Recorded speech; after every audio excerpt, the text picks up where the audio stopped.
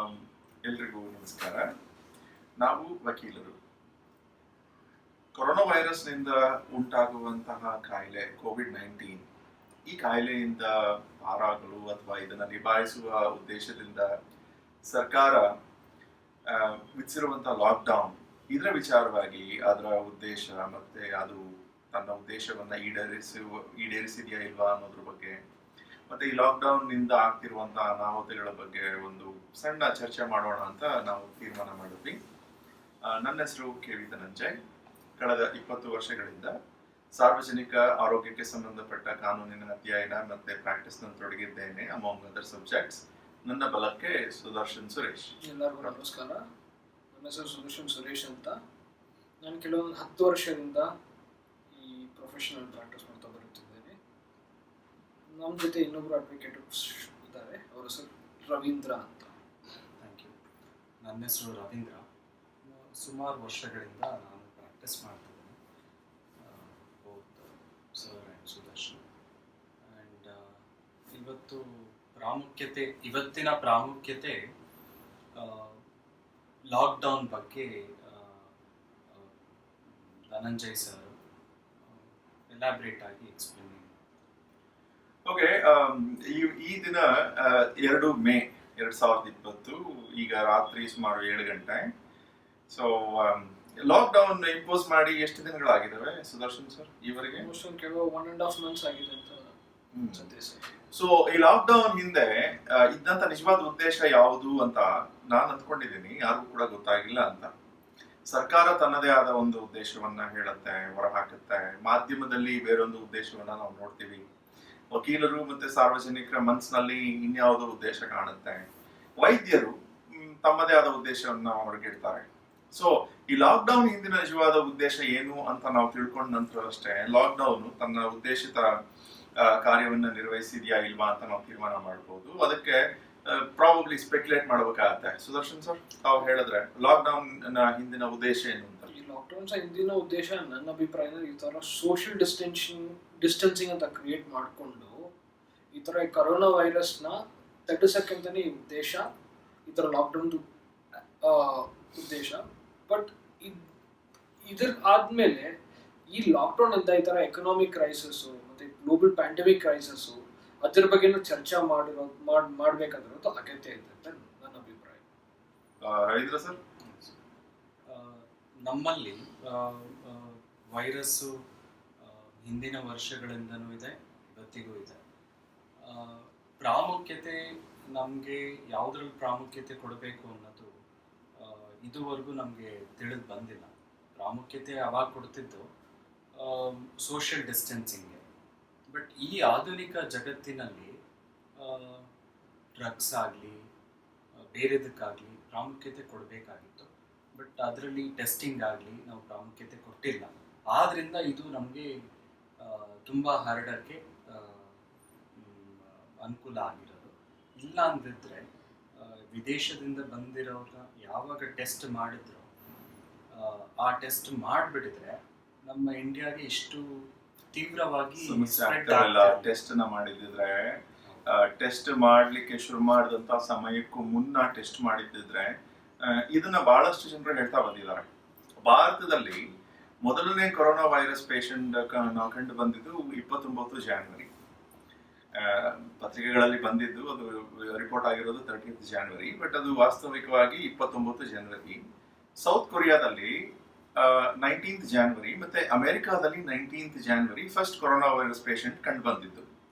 South ಕೊರಿಯಾದಲ್ಲಿ ಅವರು ಮೊದಲ patient ಕಂಡು ಬಂದಿದ್ದ ಕೂಡಲೇ ಎಷ್ಟೊಂದು ತ್ವರಿತಗತಿಯಲ್ಲಿ ಟೆಸ್ಟಿಂಗ್ ನ ಶುರು ಮಾಡಿದ್ರು ಅಂದ್ರೆ, ಈ ಲಾಕ್ಡೌನ್ ಯಾವ ಒಂದು ಭೀತಿಯನ್ನ ನಾವು ಎದುರಿಸ್ತಾ ಇದೀವಿ, ಈ ತರನಾದ ಭೀತಿಯಲ್ಲಿ ಸೌತ್ ಕೊರಿಯಾದಲ್ಲಿ ಸರ್ಕಾರ ಜನರಿಗೆ ತಂದೊಡ್ಡಿಲ್ಲ ಅಂತ ಹೇಳ್ಬೇಕಾಗತ್ತೆ. ಸೊ ಟೆಸ್ಟಿಂಗ್ ಅವ್ರಿಗೂ ನಮಗೂ ಇರುವಂತಹ ವ್ಯತ್ಯಾಸ, ನಾವು ಈವರೆಗೆ 9.5 ಅಥವಾ 10 ಲಕ್ಷಕ್ಕೂ ಒಳಗೆ ಟೆಸ್ಟ್ ಅನ್ನ ಮಾಡಿದೀವಿ. ಅಂಡ್ ದುರದೃಷ್ಟವಶಾತ್ 138 ಕೋಟಿ ಜನಸಂಖ್ಯೆ ಇರುವಂತ ನಾಡಿನಲ್ಲಿ 10 ಲಕ್ಷ ಟೆಸ್ಟ್ ಅನ್ನ 2 ತಿಂಗಳುಗಳಾದ ನಂತರವೂ, ಅಂದ್ರೆ ಈಗ ಒಂದು ಕಾಯಿಲೆಯ ಬಗ್ಗೆ ನಮಗೆ ಮಾಹಿತಿ ಸಿಕ್ಕ ನಂತರವೂ ಕೂಡ 2 ತಿಂಗಳ ಬಳಿಕವೂ ಕೂಡ ನಾವು 10 ಲಕ್ಷ ಟೆಸ್ಟ್ಗಳನ್ನ ನಿರ್ವಹಿಸಿಲ್ಲ ಅನ್ನೋದಂತ ಅದೇ ದೊಡ್ಡ ದುರಂತ ಅಂತ ಹೇಳ್ಬೇಕಾಗತ್ತೆ. ಅಂಡ್ ಸೊ ಸುದರ್ಶನ್ ಸರ್, ನಿಮ್ಗೆ ಅನ್ಸುತ್ತೆ? ನನಗೂ ಬಂದ್ಬಿಟ್ಟು ಏನು ಅನ್ಸುತ್ತೆ ಅಂದರೆ ನಾವು ಟೆಸ್ಟು ಪ್ರಮುಖವಾಗಿ ಮಾಡ್ತಾ ಇಲ್ಲ. ಟೆಸ್ಟ್ ಮಾಡೋದ್ರಿಂದನೇ ಒಂಥರ ಒಂದು ಒಳ್ಳೆ ಇನ್ಫಾರ್ಮೇಷನು, ಒಂದು ಕಾಂಪ್ರಹೆನ್ಸಿವ್ ಇನ್ಫಾರ್ಮೇಷನು ಸಿಗ್ತಾ ಇಲ್ಲ. ಅದರಿಂದ ಈ ಲಾಕ್ಡೌನ್ ಬರೀ ಇಂಪೋಸ್ ಮಾಡೋದ್ರಿಂದ ಏನು ಲಾಭ ಬಂದಿದೆ ಅಂತ ಅದೊಂದು ಚರ್ಚೆ ಮಾಡಬೇಕಾಗಿರೋ ವಿಷಯ ಅದು. But at the same time ಬಹಳಷ್ಟು ಜನ ನಾನು ಕೆಲವರಲ್ಲಿ ಮಾತನಾಡಿ ತಿಳ್ಕೊಂಡಿರುವಂತದ್ದು, ಅವರ ಮನಸ್ಸಿನಲ್ಲಿರುವಂತದ್ದು ಏನಂದ್ರೆ, ನಾವು ಲಾಕ್ಡೌನ್ ಮಾಡೋದ್ರ ಮೂಲಕ ಈ ವೈರಸ್ಸು ಅಂದ್ರೆ ಈಗ ನಶಿಸಿ ಹೋಗುತ್ತೆ. ಭಾರತದಲ್ಲಿ ನಾವು ನಮ್ಮ ಬಾರ್ಡರ್ಗಳನ್ನೆಲ್ಲ ಬಂದ್ ಮಾಡಿ ಹೊರಗಿಂದ ಯಾರು ಬರದೇ ಇರೋ ಹಾಗೆ ನೋಡ್ಕೊಂಡು ಒಳಗಿರೋವರ ನಡುವೆ ಏನೆಲ್ಲ ಒಂದು ಇದನ್ನ ಮಾಡಿ ಲಾಕ್ಡೌನ್ ಮೂಲಕ ಚಮತ್ಕಾರ ಮಾಡಿ 2 ತಿಂಗಳು ಅಥವಾ ಎಷ್ಟು ದಿನ ಆದ್ರೂ ಸರಿನೇ ಈ ತರನಾದ ಲಾಕ್ಡೌನ್ ಮಾಡೋದ್ರಿಂದ ಈ ವೈರಸ್ ಬರ್ನ್ಔಟ್ ಆಗೋಗುತ್ತೆ ಅಥವಾ ಡಿಸಪಿಯರ್ ಆಗೋಗುತ್ತೆ ಅನ್ನುವಂತ ಭಾವನೆಯನ್ನ ಸಾಕಷ್ಟು ಜನ ವ್ಯಕ್ತಪಡಿಸಿದ್ದಾರೆ. ಇದನ್ನ ಕೇಳಿದಾಗ ಬಹಳ ಬೇಸರ ಯಾಕೆ ಬಂತು ಅಂದ್ರೆ, ಯಾವ ವಿಜ್ಞಾನಿಗಳು ಕೂಡ ಈ ರೀತಿ ಲಾಕ್ಡೌನ್ ಮಾಡೋದ್ರ ಮೂಲಕ ಜನರು ಮನೆಯ ಒಳಗೆ ಕುಳಿತು ಬೀಗ ಹಾಕೊಂಡು ಒಳಗಡೆ ಕುಳಿತುಕೊಂಡ್ರೆ, ಬಾಗ್ಲ ಹಾಕೊಂಡು ಒಳಗಡೆ ಕುಳಿತುಕೊಂಡ್ರೆ ಡಿಸಪಿಯರ್ ಆಗುತ್ತೆ ಅಂತ ಯಾರು ಹೇಳಲಿಕ್ಕೆ ಹೋಗೋದಿಲ್ಲ. ಬಿಕಾಸ್ ವೈರಸ್ ಏನಾಗುತ್ತೆ, ಜನರಲ್ಲಿ ಇದ್ದೇ ಇರುತ್ತೆ. ಅದನ್ನ ಎಲಿಮಿನೇಟ್ ಮಾಡ್ಬೇಕಾದ್ರೆ ವಿಶ್ವದ ಎಲ್ಲ ದೇಶಗಳು ಒಟ್ಟಿಗೆ ಬಂದು ಈವರೆಗೆ ವೈರಸ್ ನಿಂದ ಬರುವಂತ ಕಾಯಿಲೆ ಮಾತ್ರ ಎಲ್ಲ ದೇಶಗಳು ಸೇರಿ ಈವರೆಗೆ ಅದನ್ನ ಎಲಿಮಿನೇಟ್ ಮಾಡ್ಲಿಕ್ಕೆ ಸಾಧ್ಯವಾಗಿದೆ. ಟ್ಯೂಬರ್ಕ್ಯುಲೋಸಿಸ್ ಸಂಬಂಧಪಟ್ಟ ಹಾಗೆ ಕಳೆದ 7-8 ವರ್ಷಗಳಿಂದ ಪ್ರತಿ ವರ್ಷ ಅದನ್ನ ಎಲಿಮಿನೇಟ್ ಮಾಡಬೇಕು ಅಂತ ಟಾರ್ಗೆಟ್ ಇಟ್ಕೊಳ್ತಾನೆ ಇದ್ದಾರೆ. ಬಟ್ ದೇಶಗಳು ಫೇಲ್ ಆಗ್ತಾನೆ ಇದಾವೆ. ಸೊ ಎಲ್ಲ ದೇಶಗಳು ಒಟ್ಟಿಗೆ ಬಂದು ವ್ಯಾಕ್ಸಿನ್ ಅನ್ನ ಕಂಡು ಹಿಡಿದು ಒಂದು ಸಿಸ್ಟಮ್ಯಾಟಿಕ್ ಆಗಿ ವರ್ಷಗಳ ಕಾಲ ಹೋರಾಟ ಮಾಡಿದ ಮೇಲಷ್ಟೇ ಯಾವುದೇ ಒಂದು ವೈರಸ್ ಅನ್ನು ಹೊರಗೆ ಹಾಕ್ಬೋದು. ಸೊ ಈ ಲಾಕ್ಡೌನ್ ಮೂಲಕ ವೈರಸ್ ನಮ್ಮಲ್ಲಿ ಮಾಯ ಆಗೋದಿಲ್ಲ. It will still be there. ಜನರ ನಡುವೆ ವೈರಸ್ ಖಂಡಿತ ಇದ್ದೇ ಇರುತ್ತೆ. ಬಟ್ ಈ ರೀತಿ ಆಶಾಭಾವನೆಯನ್ನು ಹೊಂದಿರೋವರ ಒಂದು ದೃಷ್ಟಿಕೋನದಿಂದನೇ ನಾವು ನೋಡೋದಾದ್ರೆ 2 ತಿಂಗಳ ಕಾಲ ಸರ್ಕಾರ ಹೇಳಿದಂತೆ ಎಲ್ಲರೂ ನಡ್ಕೊಂಡು, ಸರ್ಕಾರ ವಿಧಿಸಿದ ಒಂದು ಎಲ್ಲ ನಿಯಮಗಳನ್ನ ಪಾಲನೆ ಮಾಡಿ, ಸೋಷಿಯಲ್ ಡಿಸ್ಟೆನ್ಸಿಂಗ್ ಮೇಂಟೈನ್ ಮಾಡಿ, ಈ ದೇಶದಲ್ಲಿ ವೈರಸ್ ಇರುವಂತ ವ್ಯಕ್ತಿಗಳಲ್ಲಿ ಅವರಿಗೆ ಒಂದು ಸಾವನ್ನ ತಂದೊಡ್ಡುತ್ತೆ ಅಥವಾ ಉಳಿದವರ ಒಂದು ದೇಹದಲ್ಲಿ ರೋಗ ನಿರೋಧಕ ಶಕ್ತಿ ಆ ವೈರಸ್ ನ ಹೊಡೆದು ಹಾಕುತ್ತೆ. ಈ ದೇಶದಲ್ಲಿ ಯಾರ ಒಂದು ದೇಹದಲ್ಲೂ ಕೂಡ ವೈರಸ್ ಇಲ್ಲ ಅನ್ನುವಂತ ಒಂದು ಚಿತ್ರಣಕ್ಕೆ ನಾವು ಬಂದು ನಿಂತರೂ ಕೂಡ ನಾವು ಪರಿಗಣಿಸಬೇಕಾಗಿರುವಂತ ಹಲವಾರು ಬೇರೆ ಅಂಶಗಳಿದಾವೆ. ಭಾರತ ಮತ್ತೆ ತನ್ನ ನೇಬರ್ ಕಂಟ್ರಿಗಳ ಜೊತೆ ನಾವು ನೋಡೋದಾದ್ರೆ, ಭಾರತ ಮತ್ತೆ ಬಾಂಗ್ಲಾದೇಶದ, ಈಗ ನಿಮ್ಗೆ ಗೊತ್ತೇ ಇದೆ, 7 ಬೇರೆ ದೇಶಗಳ ಜೊತೆ ನಾವು ಲ್ಯಾಂಡ್ ಬಾರ್ಡರ್ ಅನ್ನ ಹೊಂದಿದ್ದೀವಿ. ಬಾಂಗ್ಲಾದೇಶದ ಬಗ್ಗೆ ಒಂದೇ ದೇಶದ ಬಗ್ಗೆ ಮಾತನಾಡೋದಾದ್ರೆ, ಭಾರತ ಮತ್ತೆ ಬಾಂಗ್ಲಾದೇಶದ ನಡುವೆ 4096 ಕಿಲೋಮೀಟರ್ ದೊಡ್ಡ ಬಾರ್ಡರ್ ಇದೆ. ಈ ಬಾರ್ಡರ್ ನಲ್ಲಿ ಗುಡಿಸಲುಗಳಿದಾವೆ.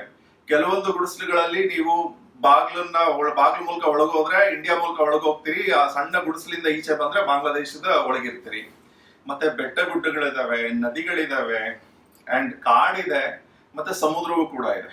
ಸೊ ಇಂಥ ಒಂದು ಪರಿಸ್ಥಿತಿಯಲ್ಲಿ ಸಾವಿರಾರು ಜನ ಅಲ್ಲಿಂದ ಭಾರತಕ್ಕೆ ಬರ್ತಾರೆ, ಭಾರತದಿಂದ ಆ ಕಡೆ ಹೋಗ್ತಾರೆ.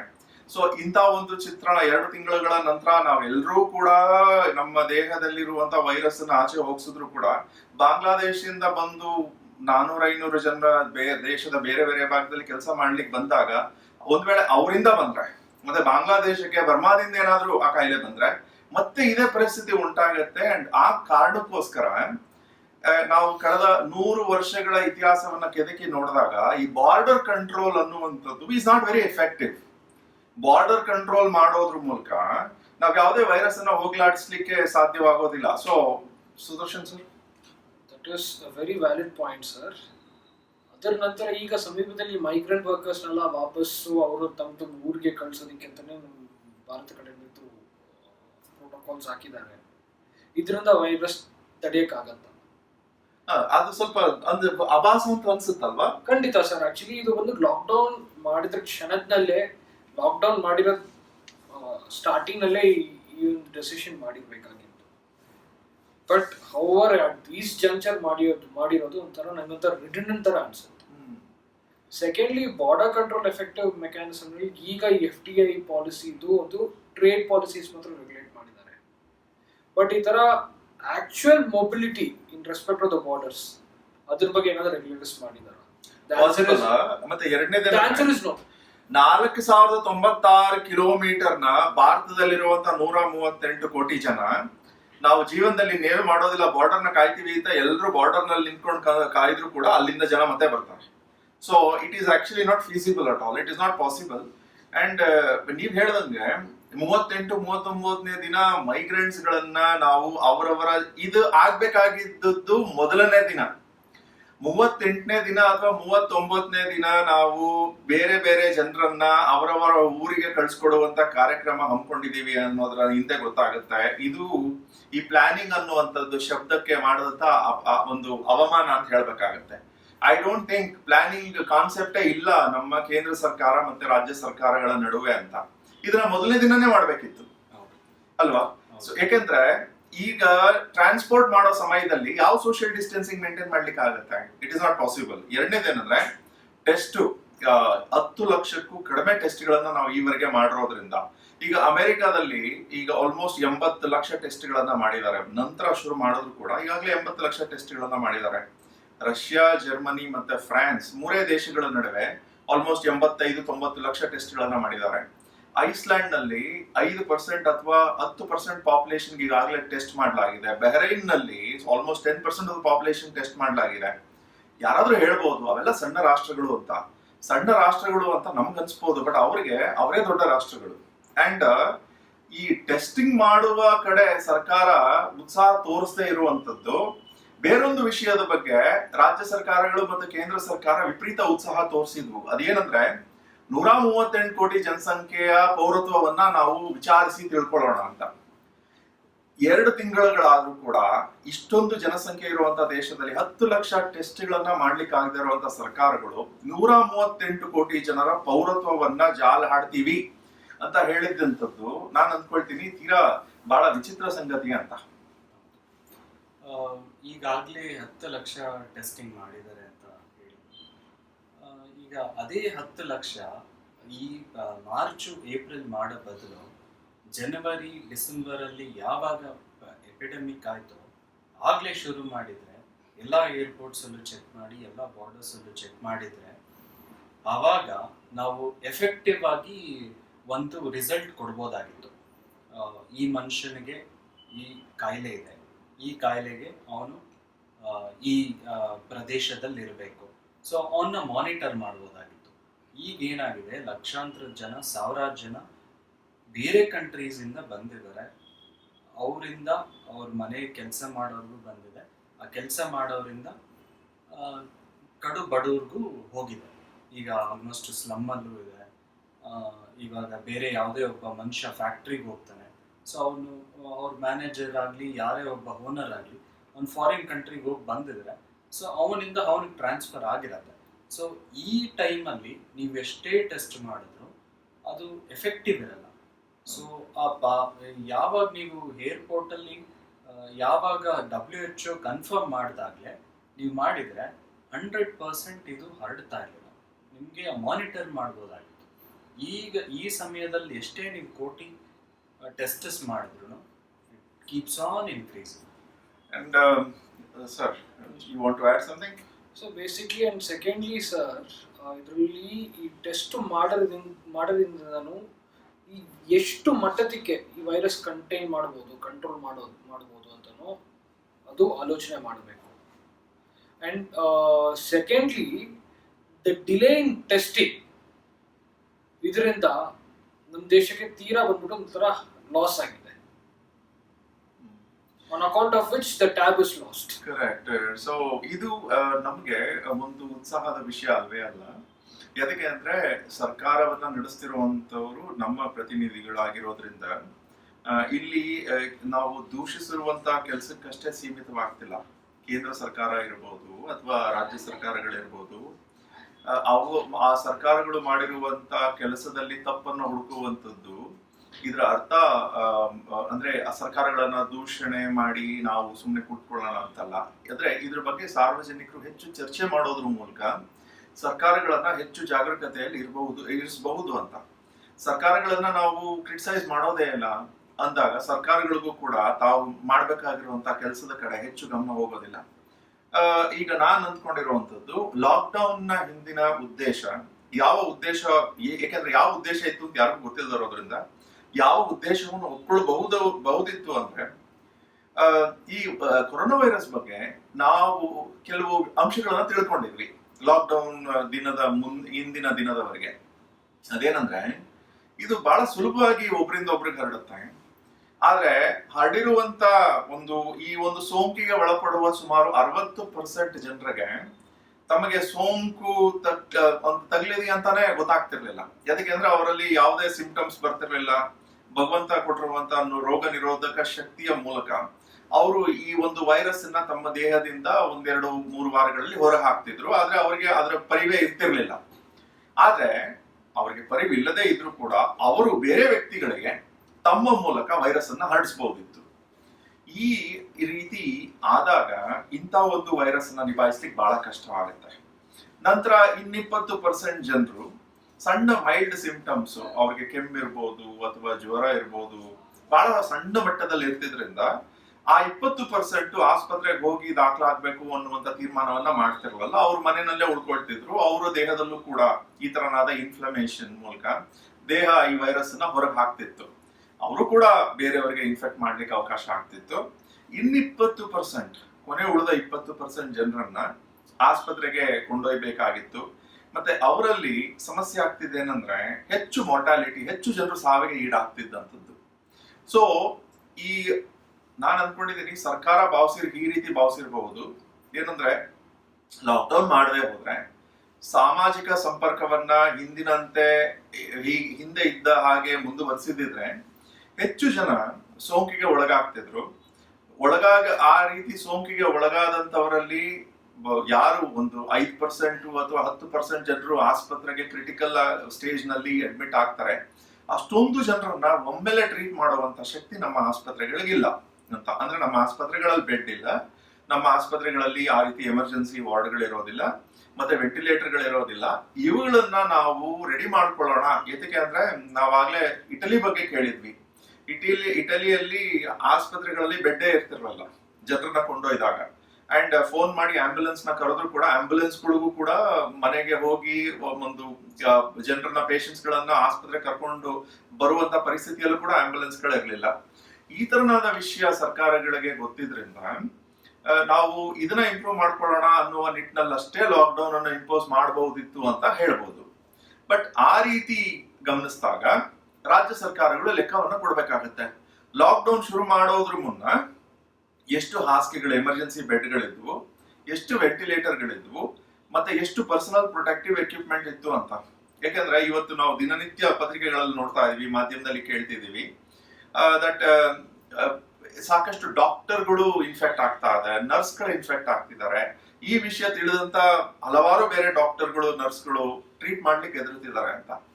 ಯಾವಾಗ ವೈದ್ಯರ ಮನಸ್ಸಿನಲ್ಲಿ ಮತ್ತೆ ನರ್ಸ್ಗಳ ಮನಸ್ಸಿನಲ್ಲಿ ಈ ತರನಾದ ಭಯ ಮೂಡುತ್ತೆ, ಮತ್ತೆ ಆ ಭಯದಿಂದ ಹೊರಗೆ ಬರ್ಲಿಕ್ಕೆ ಅವ್ರಿಗೆ ಬೇಕಾದಂತ PPE ಪರ್ಸನಲ್ ಪ್ರೊಟೆಕ್ಟಿವ್ ಎಕ್ವಿಪ್ಮೆಂಟ್ ಅನ್ನ ಸರ್ಕಾರ ಸರಬರಾಜು ಮಾಡೋದಿಲ್ಲ, ಆಗ ನಾವು ಈ ಒಂದು ಯುದ್ಧದಲ್ಲಿ ಆಗ್ಲೇ ಸೋಲನ್ನ ಕಂಡಿದೀವಿ ಅಂತ ಹೇಳ್ಬೇಕಾಗತ್ತೆ.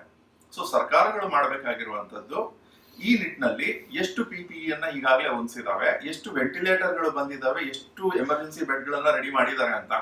ಸುದರ್ಶನ್ ಸರ್, ಯಾವ ರಾಜ್ಯ ಸರ್ಕಾರವೂ ಕೂಡ ಈ ನಿಟ್ಟಿನಲ್ಲಿ ಜನರ ಮುಂದೆ ಬಂದು ಲೆಕ್ಕವನ್ನ ಕೊಡ್ತಾ ಇಲ್ಲ.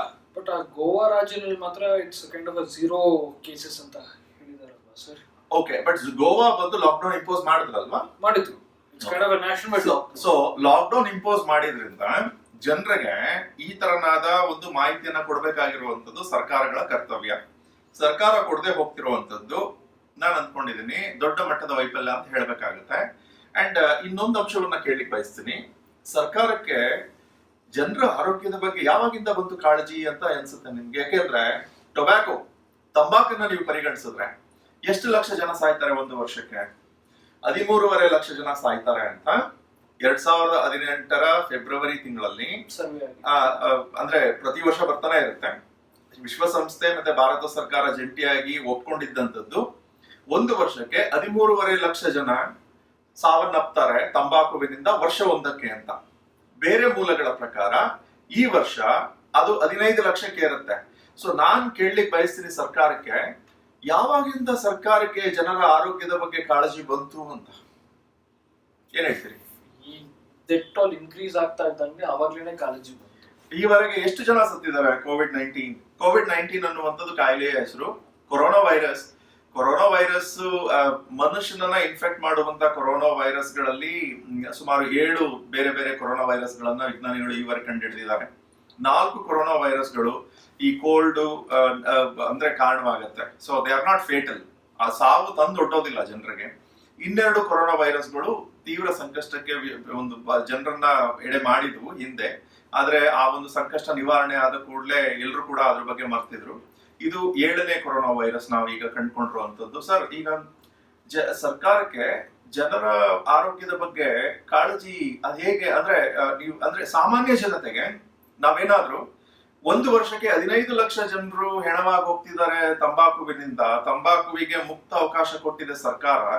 ಆದ್ರೆ ಕೊರೋನಾ ವೈರಸ್ ನಿಂದ ಕಾಣಿಸ್ಕೊಂಡಿರುವಂತ 1,500 ಸಾವಿಗೆ ಒಂದು ಬಡ್ಕೊಳ್ತಿದೆ ಬಾಯಿ ಅಂತ ಹೇಳಿದ್ರೆ ಜನರಿಗೆ ಆಕ್ಚುಲಿ ಅಭಾಸ ಅಂತ ಅನ್ಸೋದಿಲ್ವಾ? ಹೌದು. ಈಗ ನಾವು ಸರ್ವೆ ತಗೊಂಡ್ರೆ 1 ವರ್ಷದಲ್ಲಿ 1 ಕೋಟಿ ಜನ ಅಂದ್ರೆ 138 ಕೋಟಿ ಜನ ಈಗ ಅಪ್ರಾಕ್ಸಿಮೇಟ್ ಆಗಿದ್ದಾರೆ. 1 ವರ್ಷದಲ್ಲಿ 1 ಕೋಟಿ ಜನ ನಮ್ಮ ಭಾರತ ದೇಶದಲ್ಲಿ ಪ್ರತಿ ವರ್ಷ ಸಾಯ್ತಿದ್ದಾರೆ. ಹಾರ್ಟ್ ರಿಲೇಟೆಡ್ ಇರ್ಬೋದು, ಬೇರೆ ಡಿಸಾರ್ಡರ್ ಇರ್ಬೋದು, ಬೇರೆ ಡಿಸೀಸಸ್ ಇರ್ಬೋದು, ಅದಕ್ಕೆ ಸಾಯ್ತಿದ್ದಾರೆ. ಈಗ ಧನಂಜಯ್ ಸರ್ ಹೇಳಿದ್ರು 13 ಲಕ್ಷ ಜನ ಅಂತ ತಗೊಂಡ್ರೆ 13% ಟೊಬ್ಯಾಕೋದಿಂದ ಸಾಯ್ತಿದ್ದಾರೆ. ಆ್ಯಂಡ್ ಕೋವಿಡ್-19 ತಗೊಂಡು ಅಪ್ರಾಕ್ಸಿಮೇಟ್ಲಿ ಸಮ್ವೇರ್ ಅರೌಂಡ್ 2,000ಕ್ಕೂ ಕಡಿಮೆ 2,000 ಅಂತ ಸರ್ಕಾರದ ಮಾಹಿತಿ. ಸೊ 0.0%, 2% or something, ಅಷ್ಟು ಜನಕ್ಕೆ you taken a drastic step. 0.2% death ಆಗಿದೆ ಕೋವಿಡ್-19 ಇಂದ ಅಂದದ್ದಕ್ಕೆ ನೀವು ಇಷ್ಟು ಡ್ರಾಸ್ಟಿಕ್ ಸ್ಟೆಪ್ ತಗೊಬೇಕಾದ್ರೆ 13 ಲಕ್ಷ ಜನ ಸಾಯ್ತಿದ್ದಾರೆ. 15 ಈಗ 15 ಆಗಿದೆ. 15 ಲಕ್ಷ ಜನ ಸಾಯ್ತಿದ್ದಾರೆ ಅಂದ್ರೆ ಯಾಕೆ ಅದಕ್ಕೆ ಡ್ರಾಸ್ಟಿಕ್ ಸ್ಟೆಪ್ ತಗೊಳ್ತಾ ಇಲ್ಲ? ಅಂಡ್ ಅದಕ್ಕೆ ಸಂಬಂಧಪಟ್ಟ ಹಾಗೆ ಯಾವ ಲಾಕ್ಡೌನ್ ಇಂಪೋಸ್ ಮಾಡೋ ಅವಶ್ಯಕತೆ ಇಲ್ಲ. ಭೂಟಾನ್ ದೇಶದಲ್ಲಿ ಈಗ ವಿಶ್ವದಲ್ಲಿರುವಂತ ಎಲ್ಲಾ ರಾಷ್ಟ್ರಗಳ ನಡುವೆ ಯಾರಾದ್ರೂ ಸಹಜವಾಗಿ ಪ್ರಶ್ನೆ ಕೇಳ್ಬೋದು, ಯಾವ ರಾಷ್ಟ್ರದಲ್ಲಿ ತಂಬಾಕುವನ್ನ ಸಂಪೂರ್ಣವಾಗಿ ನಿಷೇಧ ಮಾಡಲಾಗಿದೆ ಅಂತ. ಭೂಟಾನ್ ನಲ್ಲಿ ಟೊಬ್ಯಾಕೊ ಕಂಟ್ರೋಲ್ ಆಕ್ಟ್ 2010 ಆ ಕಾಯ್ದೆಯ ಅಡಿ ಸಂಪೂರ್ಣವಾಗಿ ನಿಷೇಧವನ್ನ ಮಾಡಲಾಗಿದೆ. ನಿಷೇಧ ಮಾಡಿದ ನಂತರ ಅಥವಾ ನಿಷೇಧ ಮಾಡುವುದರ ಮುನ್ನ ಸುಮಾರು 39% ಅಂದ್ರೆ ಅಲ್ಲಿ ಅಡಲ್ಟ್ಸ್ ವಯಸ್ಕರು 15 ವರ್ಷಕ್ಕೂ ಮೇಲ್ಪಟ್ಟ ವಯಸ್ಕರಲ್ಲಿ ಸುಮಾರು 39% ಜನರು ಅಲ್ಲಿ ತಂಬಾಕುವನ್ನ ಬಳಕೆ ಮಾಡ್ತಿದ್ರು. 2010 ಕಾಯ್ದೆಯ ನಂತರ ಬ್ಲಾಕ್ ಮಾರ್ಕೆಟ್ ನಲ್ಲಿ ತಂಬಾಕು ಸಣ್ಣ ಪ್ರಮಾಣದಲ್ಲಿ ಸರಬರಾಜು ಆಗ್ತಾನೆ ಇದೆ. ಆ ಸಣ್ಣ ಪ್ರಮಾಣದ ಸರಬರಾಜನ್ನು ಕೂಡ ಅಂದಾಜು ಮಾಡಲಾಗಿದೆ, ಅದು 0.5%, 1%ಗೂ ಕಡಿಮೆ. ಸೊ ಕೇವಲ ಒಂದು ಕಾನೂನನ್ನ ಮಾಡುವುದರ ಮೂಲಕ, ತಂಬಾಕುವಿನ ಇಲ್ಲೀಗಲ್ ಮಾಡೋದ್ರ ಮೂಲಕ ಇಷ್ಟೊಂದು ಅಂದ್ರೆ ಏಕ್ದಮ್ ಮಾಡ್ಲಿಕ್ಕೆ ಆಗೋದಿಲ್ಲ. ಯಾಕೆಂದ್ರೆ ಈ ಮುಂದಿನ ವರ್ಷ ಸಾಯುವಂತವರು ಈ ವರ್ಷ ಇಷ್ಟೊಂದು ವರ್ಷಗಳವರೆಗೆ ನಾವು ಅದಕ್ಕೆ ಕೊಟ್ಟಂತ ಅವ್ಯಾಹತ ಒಂದು ಮಾರುಕಟ್ಟೆ ಏನಿದೆ ಅದರ ಪ್ರಭಾವ ಆಗತ್ತೆ. ಸೊ 7-8 ವರ್ಷಗಳ ನಂತರ ಅಥವಾ 10 ವರ್ಷಗಳ ನಂತರ ನಾವು ಈ ತರನಾದ ಸಾವುಗಳ ಒಂದು ಕ್ರಮಾಂಕವನ್ನ ಗಣನೀಯವಾಗಿ ಕುಗ್ಗಿಸಬಹುದಲ್ವಾ? ಅಂಡ್ ಏನ್ ಹೇಳ್ತೀರಿ ಇದ್ರ ಬಗ್ಗೆ? ಸರಿ, ಕಾಟ್ಪ್ಯಾಕ್ಟ್ ಅಂತ ನಮ್ಮ ಭಾರತ ದೇಶದಲ್ಲಿ ಈ ತರ ತಂಬಾಕು ಮತ್ತೆ ಟೊಬ್ಯಾಕೊ ಪ್ರಾಡಕ್ಟ್ಸ್ ರೆಗ್ಯುಲೇಟ್ ಮಾಡಕ್ಕೆ ಒಂದು ಕಾಯ್ದೆ ಆಗಿದೆ.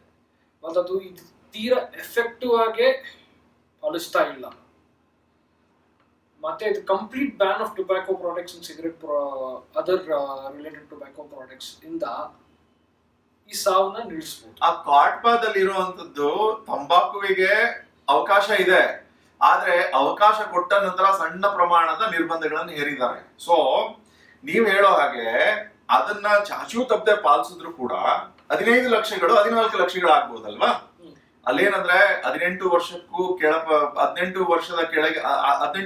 ಕೆಳಪಟ್ಟ ಒಂದು ವ್ಯಕ್ತಿಗಳಿಗೆ ಮಾರಾಟ ಮಾಡ್ಕೊಡುದು ಅಂತಿದೆ. ಐ ಥಿಂಕ್ ಅದನ್ನ ವಯಸ್ಸಿನ ಮಿತಿಯನ್ನ ಇತ್ತೀಚೆಗಷ್ಟೇ ರೈಸ್ ಮಾಡಿರ್ಬೋದು.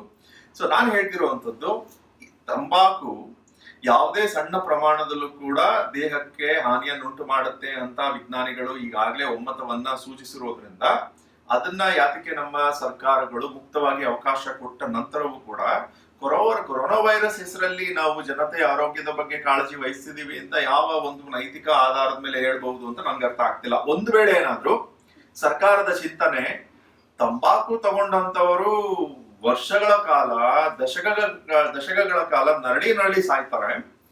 ಕೊರೋನಾ ವೈರಸ್ ತುತ್ತಾಗಿ ಸಾಯುವಂತವರು ಬೇಗನೆ ಸತ್ತೋಗ್ತಾರೆ ಅನ್ನುವಂತ ವಾದ ಆದ್ರೆ ಅದು ಬಹಳ ವಿಕೃತವಾದ ಅಂತ ಹೇಳ್ಬೇಕಾಗತ್ತೆ. ನೀವು ಯಾವುದೇ ತತ್ವಜ್ಞಾನಿಗಳನ್ನ ಕೇಳಿದ್ರೆ ಒಬ್ಬ ವ್ಯಕ್ತಿ ಸಾಯಲೇಬೇಕಾದ ಅನಿವಾರ್ಯವಾಗಿ ಅವನಿಗೆ ಎರಡು ವಿಧಗಳಿದ್ರೆ, ಒಂದು ತಂಬಾಕುವಿಗೆ ಗುರಿಯಾಗಿ ವರ್ಷಗಳ ಕಾಲ ನರಳಿ ಮತ್ತೆ ಆತನ ಒಂದು ಜೊತೆಲಿರುವಂತವ್ರು ಕೂಡ ಮಾನಸಿಕವಾಗಿ ನರಳಿ ಕುಗ್ಗುವ ಹಾಗೆ ಮಾಡಿ ಸಾವನ್ನಪ್ಪುವಂಥದ್ದು ಒಂದ್ ಕಡೆ ಆದ್ರೆ, ಇನ್ನೊಂದು ಕಡೆ ಬಹಳ 2 ವಾರಗಳ ಅಥವಾ 3 ವಾರಗಳ ಕಾಲದಲ್ಲಷ್ಟೇ ಆಸ್ಪತ್ರೆಯಲ್ಲಿ ಒಂದು ಸಿಡೇಷನ್, ಅನಸ್ಥೀಸಿಯಾ, ಅನಸ್ಥೀಸಿಯಾ ಅಲ್ಲ, ಸಿಡೇಷನ್ ಕೊಟ್ಟಿರ್ತಾರೆ. ಆತನಿಗೆ ನೋವು ಅದೇನಾಗತ್ತೆ ಗೊತ್ತಾಗೋದಿಲ್ಲ. ಸೊ ಈ ತರನಾಗಿ ಆಸ್ಪತ್ರೆಯಲ್ಲಿ 2-3 ವಾರಗಳಿದ್ದು ಸಾವನ್ನಪ್ಪುವ ಈ ಒಂದು ಸಾಧ್ಯತೆ, ಈ 2 ಆಪ್ಷನ್ಗಳಲ್ಲಿ ಯಾವ ಆಪ್ಷನ್ ಮಾನವೀಯ ಅಂತ ಕೇಳಿದ್ರೆ, ಯಾವುದೇ ಫಿಲಾಸಫರ್ ಅಥವಾ ತಜ್ಞಜ್ಞಾನಿಗಳು ಹೇಳುವಂತದ್ದು ಕೊರೋನಾ ವೈರಸ್ಗೆ ಬಲಿಯಾಗಿ 2-3 ವಾರಗಳಲ್ಲಿ ಸತ್ತೋಗುವಂತದ್ದು ಈಸ್ ಮೋರ್ ಹ್ಯೂಮೇನ್ ಅಂತ ಹೇಳೋದಿಲ್ವಾ? Is it not so? ಖಂಡಿತ. ಓಕೆ, ನಾವು the other thing is alcohol ಬಗ್ಗೆ ನಿಮ್ಗಾಗ್ಲೇ ಗೊತ್ತೇ ಇದೆ ಸರ್ಕಾರ ಯಾವ ತರನಾದ ಒಂದು ನಿಲುವನ್ನ ತೋರ್ತಿದೆ ಅಂತ. ಬಟ್ ಅದಕ್ಕೂ ಬರೋದಕ್ಕೂ ಮುನ್ನ ಬೇರೆ ವಿಚಾರಗಳ ಬಗ್ಗೆ ಮಾತನಾಡೋಣ. ಕೊರೋನಾ ವೈರಸ್ ಸಂಬಂಧಪಟ್ಟ ಹಾಗೆ ವ್ಯಾಕ್ಸಿನ್ ಅಥವಾ ಕಾನ್ವಲಸೆಂಟ್ ಪ್ಲಾಸ್ಮಾ ಥೆರಪಿ, ಅದ್ರ ಬಗ್ಗೆ ಏನ್ ಹೇಳಲಿಕ್ಕೆ ಬಯಸ್ತೀರಿ ಸರ್? ಅದು it is kind of convalescent plasma therapy ಬಂದ್ಬಿಟ್ಟು ಒಂದು ಹೊಸ ಥೆರಪಿ ಅಲ್ಲ. It is been in existent for quite some time. But ಅದಕ್ಕೆ ಈಗೀಗ ಜಸ್ಟ್ ಕ್ಲಿನಿಕಲ್ ಟ್ರಯಲ್ದು ಒಂಥರ ಪರ್ಮಿಷನ್ ಅಂತ ನಮ್ಮ ಸರ್ಕಾರ ನೀಡಿದೆ. ಸೊ ಅದ್ರದ್ದು ಸಕ್ಸಸ್ ರೇಟು ಇದು ನೋಡ್ಬೇಕಂದ್ರೆ ಕ್ಲಿನಿಕಲ್ ಟ್ರಯಲ್ ಆದ ನಂತರನೇ ಸಕ್ಸಸ್ ರೇಟು ನಮಗೆ ಗೊತ್ತಾಗತ್ತೆ. ಮಹಾರಾಷ್ಟ್ರದಲ್ಲಿ ಈಗಾಗಲೇ ಇಂಪ್ಲಿಮೆಂಟೇಷನ್ ಮಾಡಿದ್ದಾರೆ. 1-2 ಪೇಷಂಟ್ ರಿಕವರಿ ಆಗಿದ್ದಾರೆ, 1-2 ಪೇಷಂಟ್ಸ್ ಸಾವು ಅನುಭವಿಸಿದ್ದಾರೆ. ಈಗ ನಮ್ಮಲ್ಲಿ ಗೊತ್ತಾಗಲ್ಲ. ಈಗ ಈ ಕೊರೋನಾ ವೈರಸ್ ಇಂದ ಮೊರ್ಟಾಲಿಟಿ ರೇಟ್ 2-5% ಆಗಿರ್ಬೋದು. ಸೊ ಈಗ 95% ಒಬ್ಬ ಮನುಷ್ಯ ಯುವಕ ಬದುಕಬಹುದು. ಆದರೆ ಅದೇ ವಯಸ್ಸಾಗಿರೋರು 40 ವರ್ಷ ಮೇಲಿರೋರು ಸ್ವಲ್ಪ ಕಷ್ಟ ಆಗುತ್ತೆ. Correct, that's very interesting. ಹೇಳಿ. ಅದು ಏನಾಗುತ್ತೆ ಅಂದ್ರೆ, ಒಬ್ಬ ಮನುಷ್ಯ 2 ಮನುಷ್ಯನ್ಗೂ ಟ್ರೀಟ್ ಮಾಡಿದ್ರೆ ಏನಾಗುತ್ತೆ, COVID-19 ಆ ಪ್ರಾಬಬಿಲಿಟಿ ನಾವು ನೋಡಿಲ್ಲ. ಬಟ್ ಹೇಳ್ತಾ ಇದೀವಿ ಈ ಕಾನ್ವಾಲೆಸೆಂಟ್ ಪ್ಲಾಸ್ಮಾದಿಂದ ಟ್ರೀಟ್ ಮಾಡ್ತಿದೀವಿ ಅಂತ. ಬಟ್ ಅವನ್ ಇಮ್ಯುನಿಟಿಯಿಂದ ಅವನ್ ಟ್ರೀಟ್ ಆಗ್ತಿದ್ದಾನೆ ಅಂತ ವಿ ಡೋಂಟ್ ನೋ ದಟ್. ಇವ್ರು ಹೇಳ್ತಿರೋದು ಇಲ್ಲ, ನಾವು ಪ್ಲಾಸ್ಮಾ ಥೆರಪಿಯಿಂದ ನಾವು ಟ್ರೀಟ್ ಮಾಡ್ತಾ ಇದೀವಿ, ಅದಕ್ಕೋಸ್ಕರ ಸರ್ವೈವ್ ಆಗ್ತಿದ್ದಾರೆ ಅಂತ. ಬಟ್ ಆಕ್ಚುಯಲ್ ಥಿಂಗ್ ಇಸ್, ಆ ಬೈಫರ್ಗೇಷನ್ ಮಾಡಿ you have to test it properly whether it is suitable for this person or this person ಅಂತ ಮಾಡಿ ಅದು ಅನಾಲಿಸಿಸ್ ಮಾಡಿದ್ರೆ ಗೊತ್ತಾಗೋದು. ಇಲ್ಲ ಅಂದ್ರೆ you just give some probability and take that he survived ಅಂತ, then you give it. Then again it becomes hectic. ಅದು ಯಾವಾಗ ಆಗತ್ತೆ ಅಂದ್ರೆ ಜಾಸ್ತಿ ಟೆಸ್ಟ್ ಮಾಡಿಬಿಟ್ಟು ಅದರಿಂದ ನತೀಜೆ ನೋಡಿದ ನಂತರನೇ we can come to a conclusion ಬರಬಹುದು. ವೆಲ್, ಕಾನ್ವಲಸೆಂಟ್ ಪ್ಲಾಸ್ಮಾ ಥೆರಪಿ ಸದ್ಯದ ಪರಿಸ್ಥಿತಿಯಲ್ಲಿ ಒಂದು ವೈದ್ಯಕೀಯ ಪ್ರಯೋಗ ಅಷ್ಟೇ.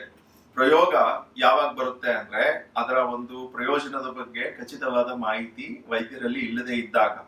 ಅಂಡ್ ಪ್ರಯೋಗ ಅನ್ನುವಂಥದ್ದು ಆ ಪದದ ಅರ್ಥದಲ್ಲಿರುವ ಹಾಗೆ ವೈಫಲ್ಯವನ್ನು ಕೂಡ ಕಾಣಬಹುದು, ಯಶಸ್ಸನ್ನು ಕೂಡ ಕಾಣಬಹುದು. ಯಶಸ್ಸನ್ನ ಕಾಣ್ಲಿ ಅಂತ ನಾವು ಪ್ರಾರ್ಥನೆ ಮಾಡೋಣ. ಆದ್ರೆ ವೈಫಲ್ಯ ಕಂಡು ಬಂದ್ರೆ ಅದಕ್ಕೆ ಯಾರು ಕೂಡ ಆಶ್ಚರ್ಯನ ವ್ಯಕ್ತಪಡಿಸ್ಕೂಡುದು. ಯಾಕಂದ್ರೆ ಒಂದು ವೇಳೆ ಕಾನ್ವಲಸೆಂಟ್ ಪ್ಲಾಸ್ಮಾ ಥೆರಪಿಯಲ್ಲಿ ವೈಫಲ್ಯವನ್ನ ಕಂಡ ಪಕ್ಷದಲ್ಲಿ ವಿಜ್ಞಾನ ಮುಂದೆ ಹೋಗುತ್ತೆ. ಯಾವ ರೀತಿ ಮುಂದೆ ಹೋಗುತ್ತೆ ಅಂದ್ರೆ, ಅಲ್ಲಿಗೆ ನಾವು ಚಿಕಿತ್ಸೆಯನ್ನ ಬೇರೆ ಮಾರ್ಗದಲ್ಲಿ ಕಂಡುಕೊಳ್ಬೇಕಾಗತ್ತೆ ಅಂತ.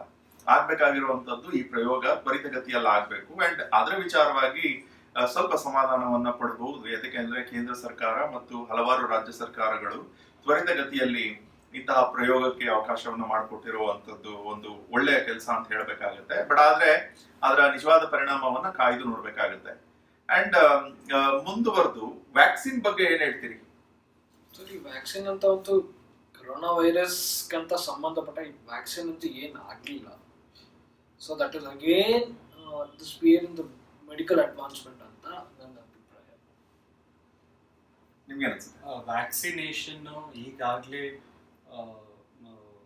ಎಕ್ಸ್ಪರ್ಟ್ಗಳು ಹೇಳಿರೋ ಪ್ರಕಾರ 1 ವರ್ಷ ತಗೊಳ್ಬಹುದು ಯಾವುದೇ ಒಂದು ವೈರಸ್ಗೆ ಅದಕ್ಕೆ ಸಂಪೂರ್ಣವಾಗಿ ವ್ಯಾಕ್ಸಿನೇಷನ್ ಕಂಡುಹಿಡಿಬೇಕಂದ್ರೆ ಅದಕ್ಕೆ 1 ರಿಂದ 1.5 ವರ್ಷ ಬೇಕಾಗುತ್ತೆ ಅಂತ ಎಕ್ಸ್ಪರ್ಟ್ಸ್ಗಳು ಹೇಳಿದ್ದಾರೆ.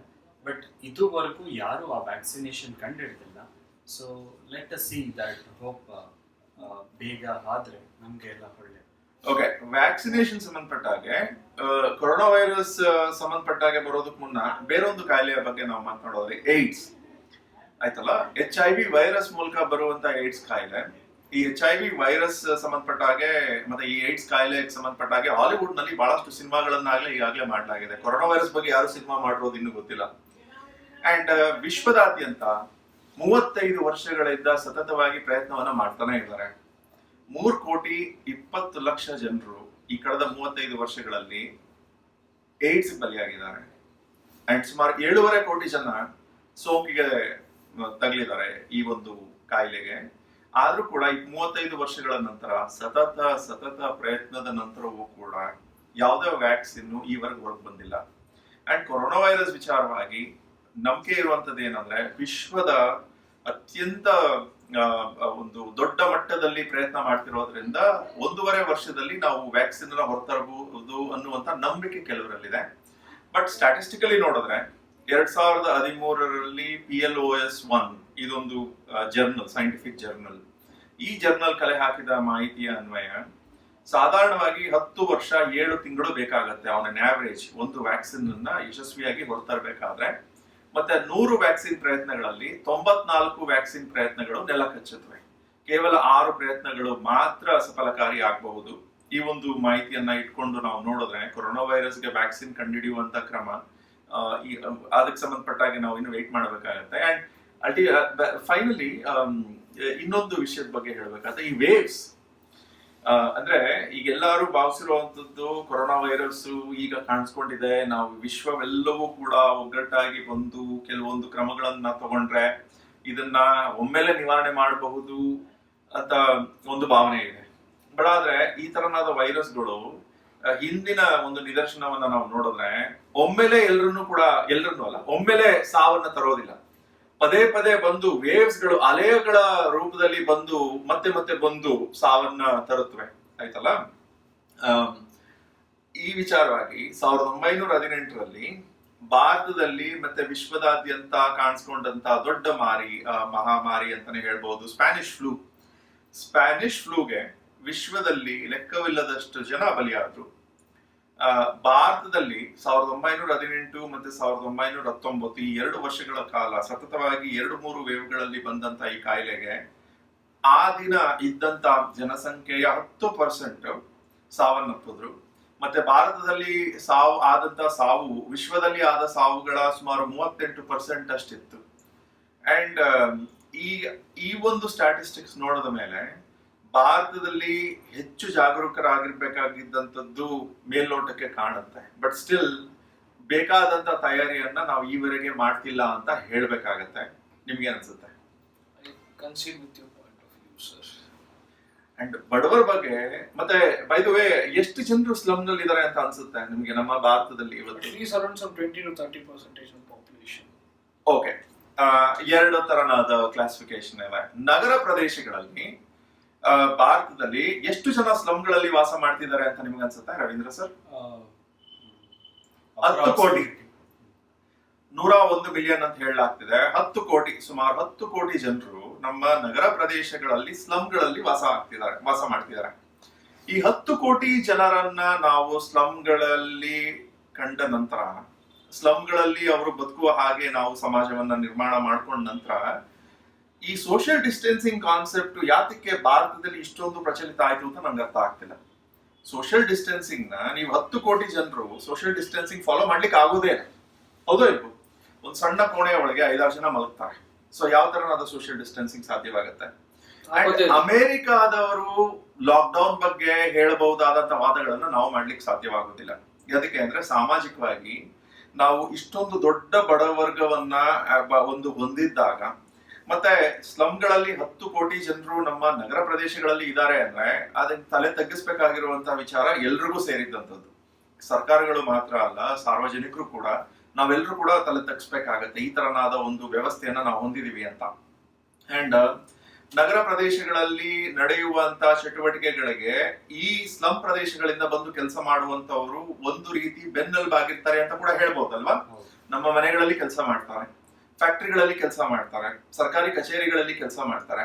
ಅವರಿಗೆ ಕೊರೋನಾ ವೈರಸ್ ಸಂಬಂಧಪಟ್ಟ ಹಾಗೆ ನಾವು ಯಾವ ತರನಾದ ಒಂದು ಎಚ್ಚರಿಕೆಯನ್ನ ಅವರಿಗೆ ಕೊಡಬಹುದು? ಸಾಧ್ಯವಾಗೋದೇ ಇಲ್ಲ. ಸ್ಲಮ್ಗಳಲ್ಲಿ ಅವರು ವಾಸ ಆಗೋದಕ್ಕೆ ನಾವು ಒಂದು ಅವಕಾಶ ಅಥವಾ ನಾವು ಅಂತ ಒಂದು ಅನಿವಾರ್ಯತೆಯನ್ನ ಅವ್ರಿಗೆ ತಂದ ನಂತರ ಕೊರೋನಾ ವೈರಸ್ ಹೋಗ್ಲಾಡಿಸ್ಲಿಕ್ಕೆ ನಾವು ಈ ತರ ಅಮೆರಿಕ ಅಥವಾ ಯುರೋಪ್ ಮಾಡಬಹುದಾದಂತ ವಾದಗಳನ್ನ ಮಾಡುವಂತದ್ದು ವಿತಂಡವಾದ ಅಂತ ನಾನು ಅಂದ್ಕೊಳ್ತೀನಿ.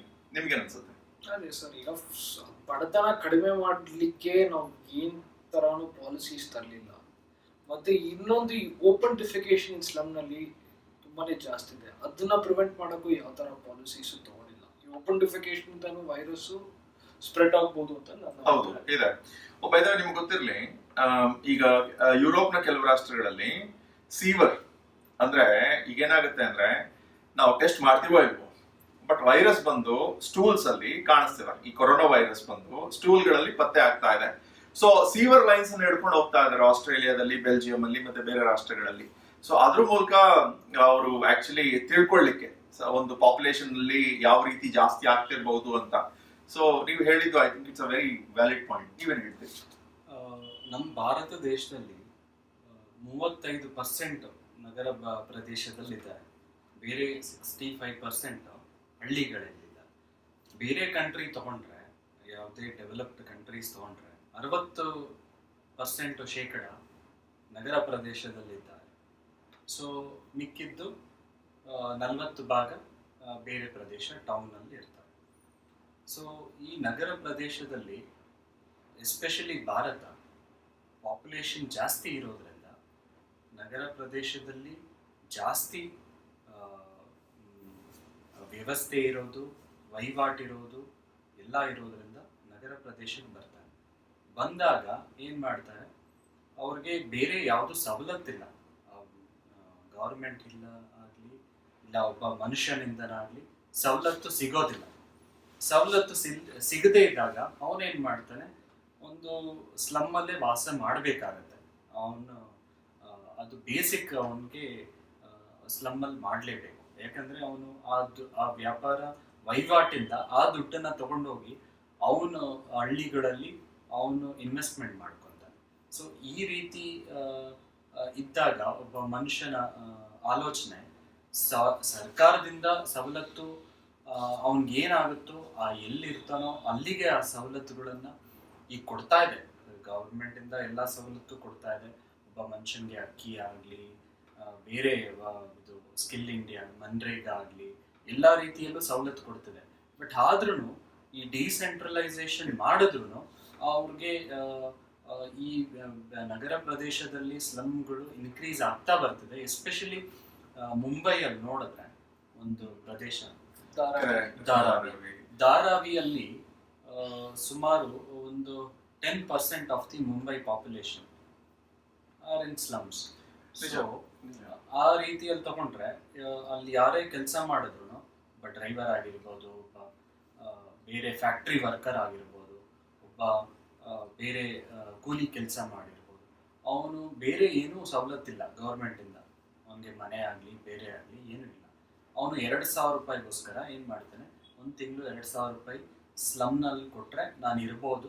ಆ ದುಡ್ಡನ್ನು ನಾನು ಏನು ಮಾಡ್ತೀನಿ, ಬೆಂಗಳೂರಿಂದ ಆರ್ ಮುಂಬೈಯಿಂದ ನಾನು ನನ್ನ ಹಳ್ಳಿ ಪ್ರದೇಶದಲ್ಲಿ ಜೀವನ ಸುಲಭ ಆಗುತ್ತೆ, ಈ ದುಡ್ಡನ್ನು ತಗೊಂಡು ಹೋಗ್ಬೇಕು ಅಂತ ಅವನ ಇಂಟೆನ್ಷನ್ ಇರುತ್ತೆ.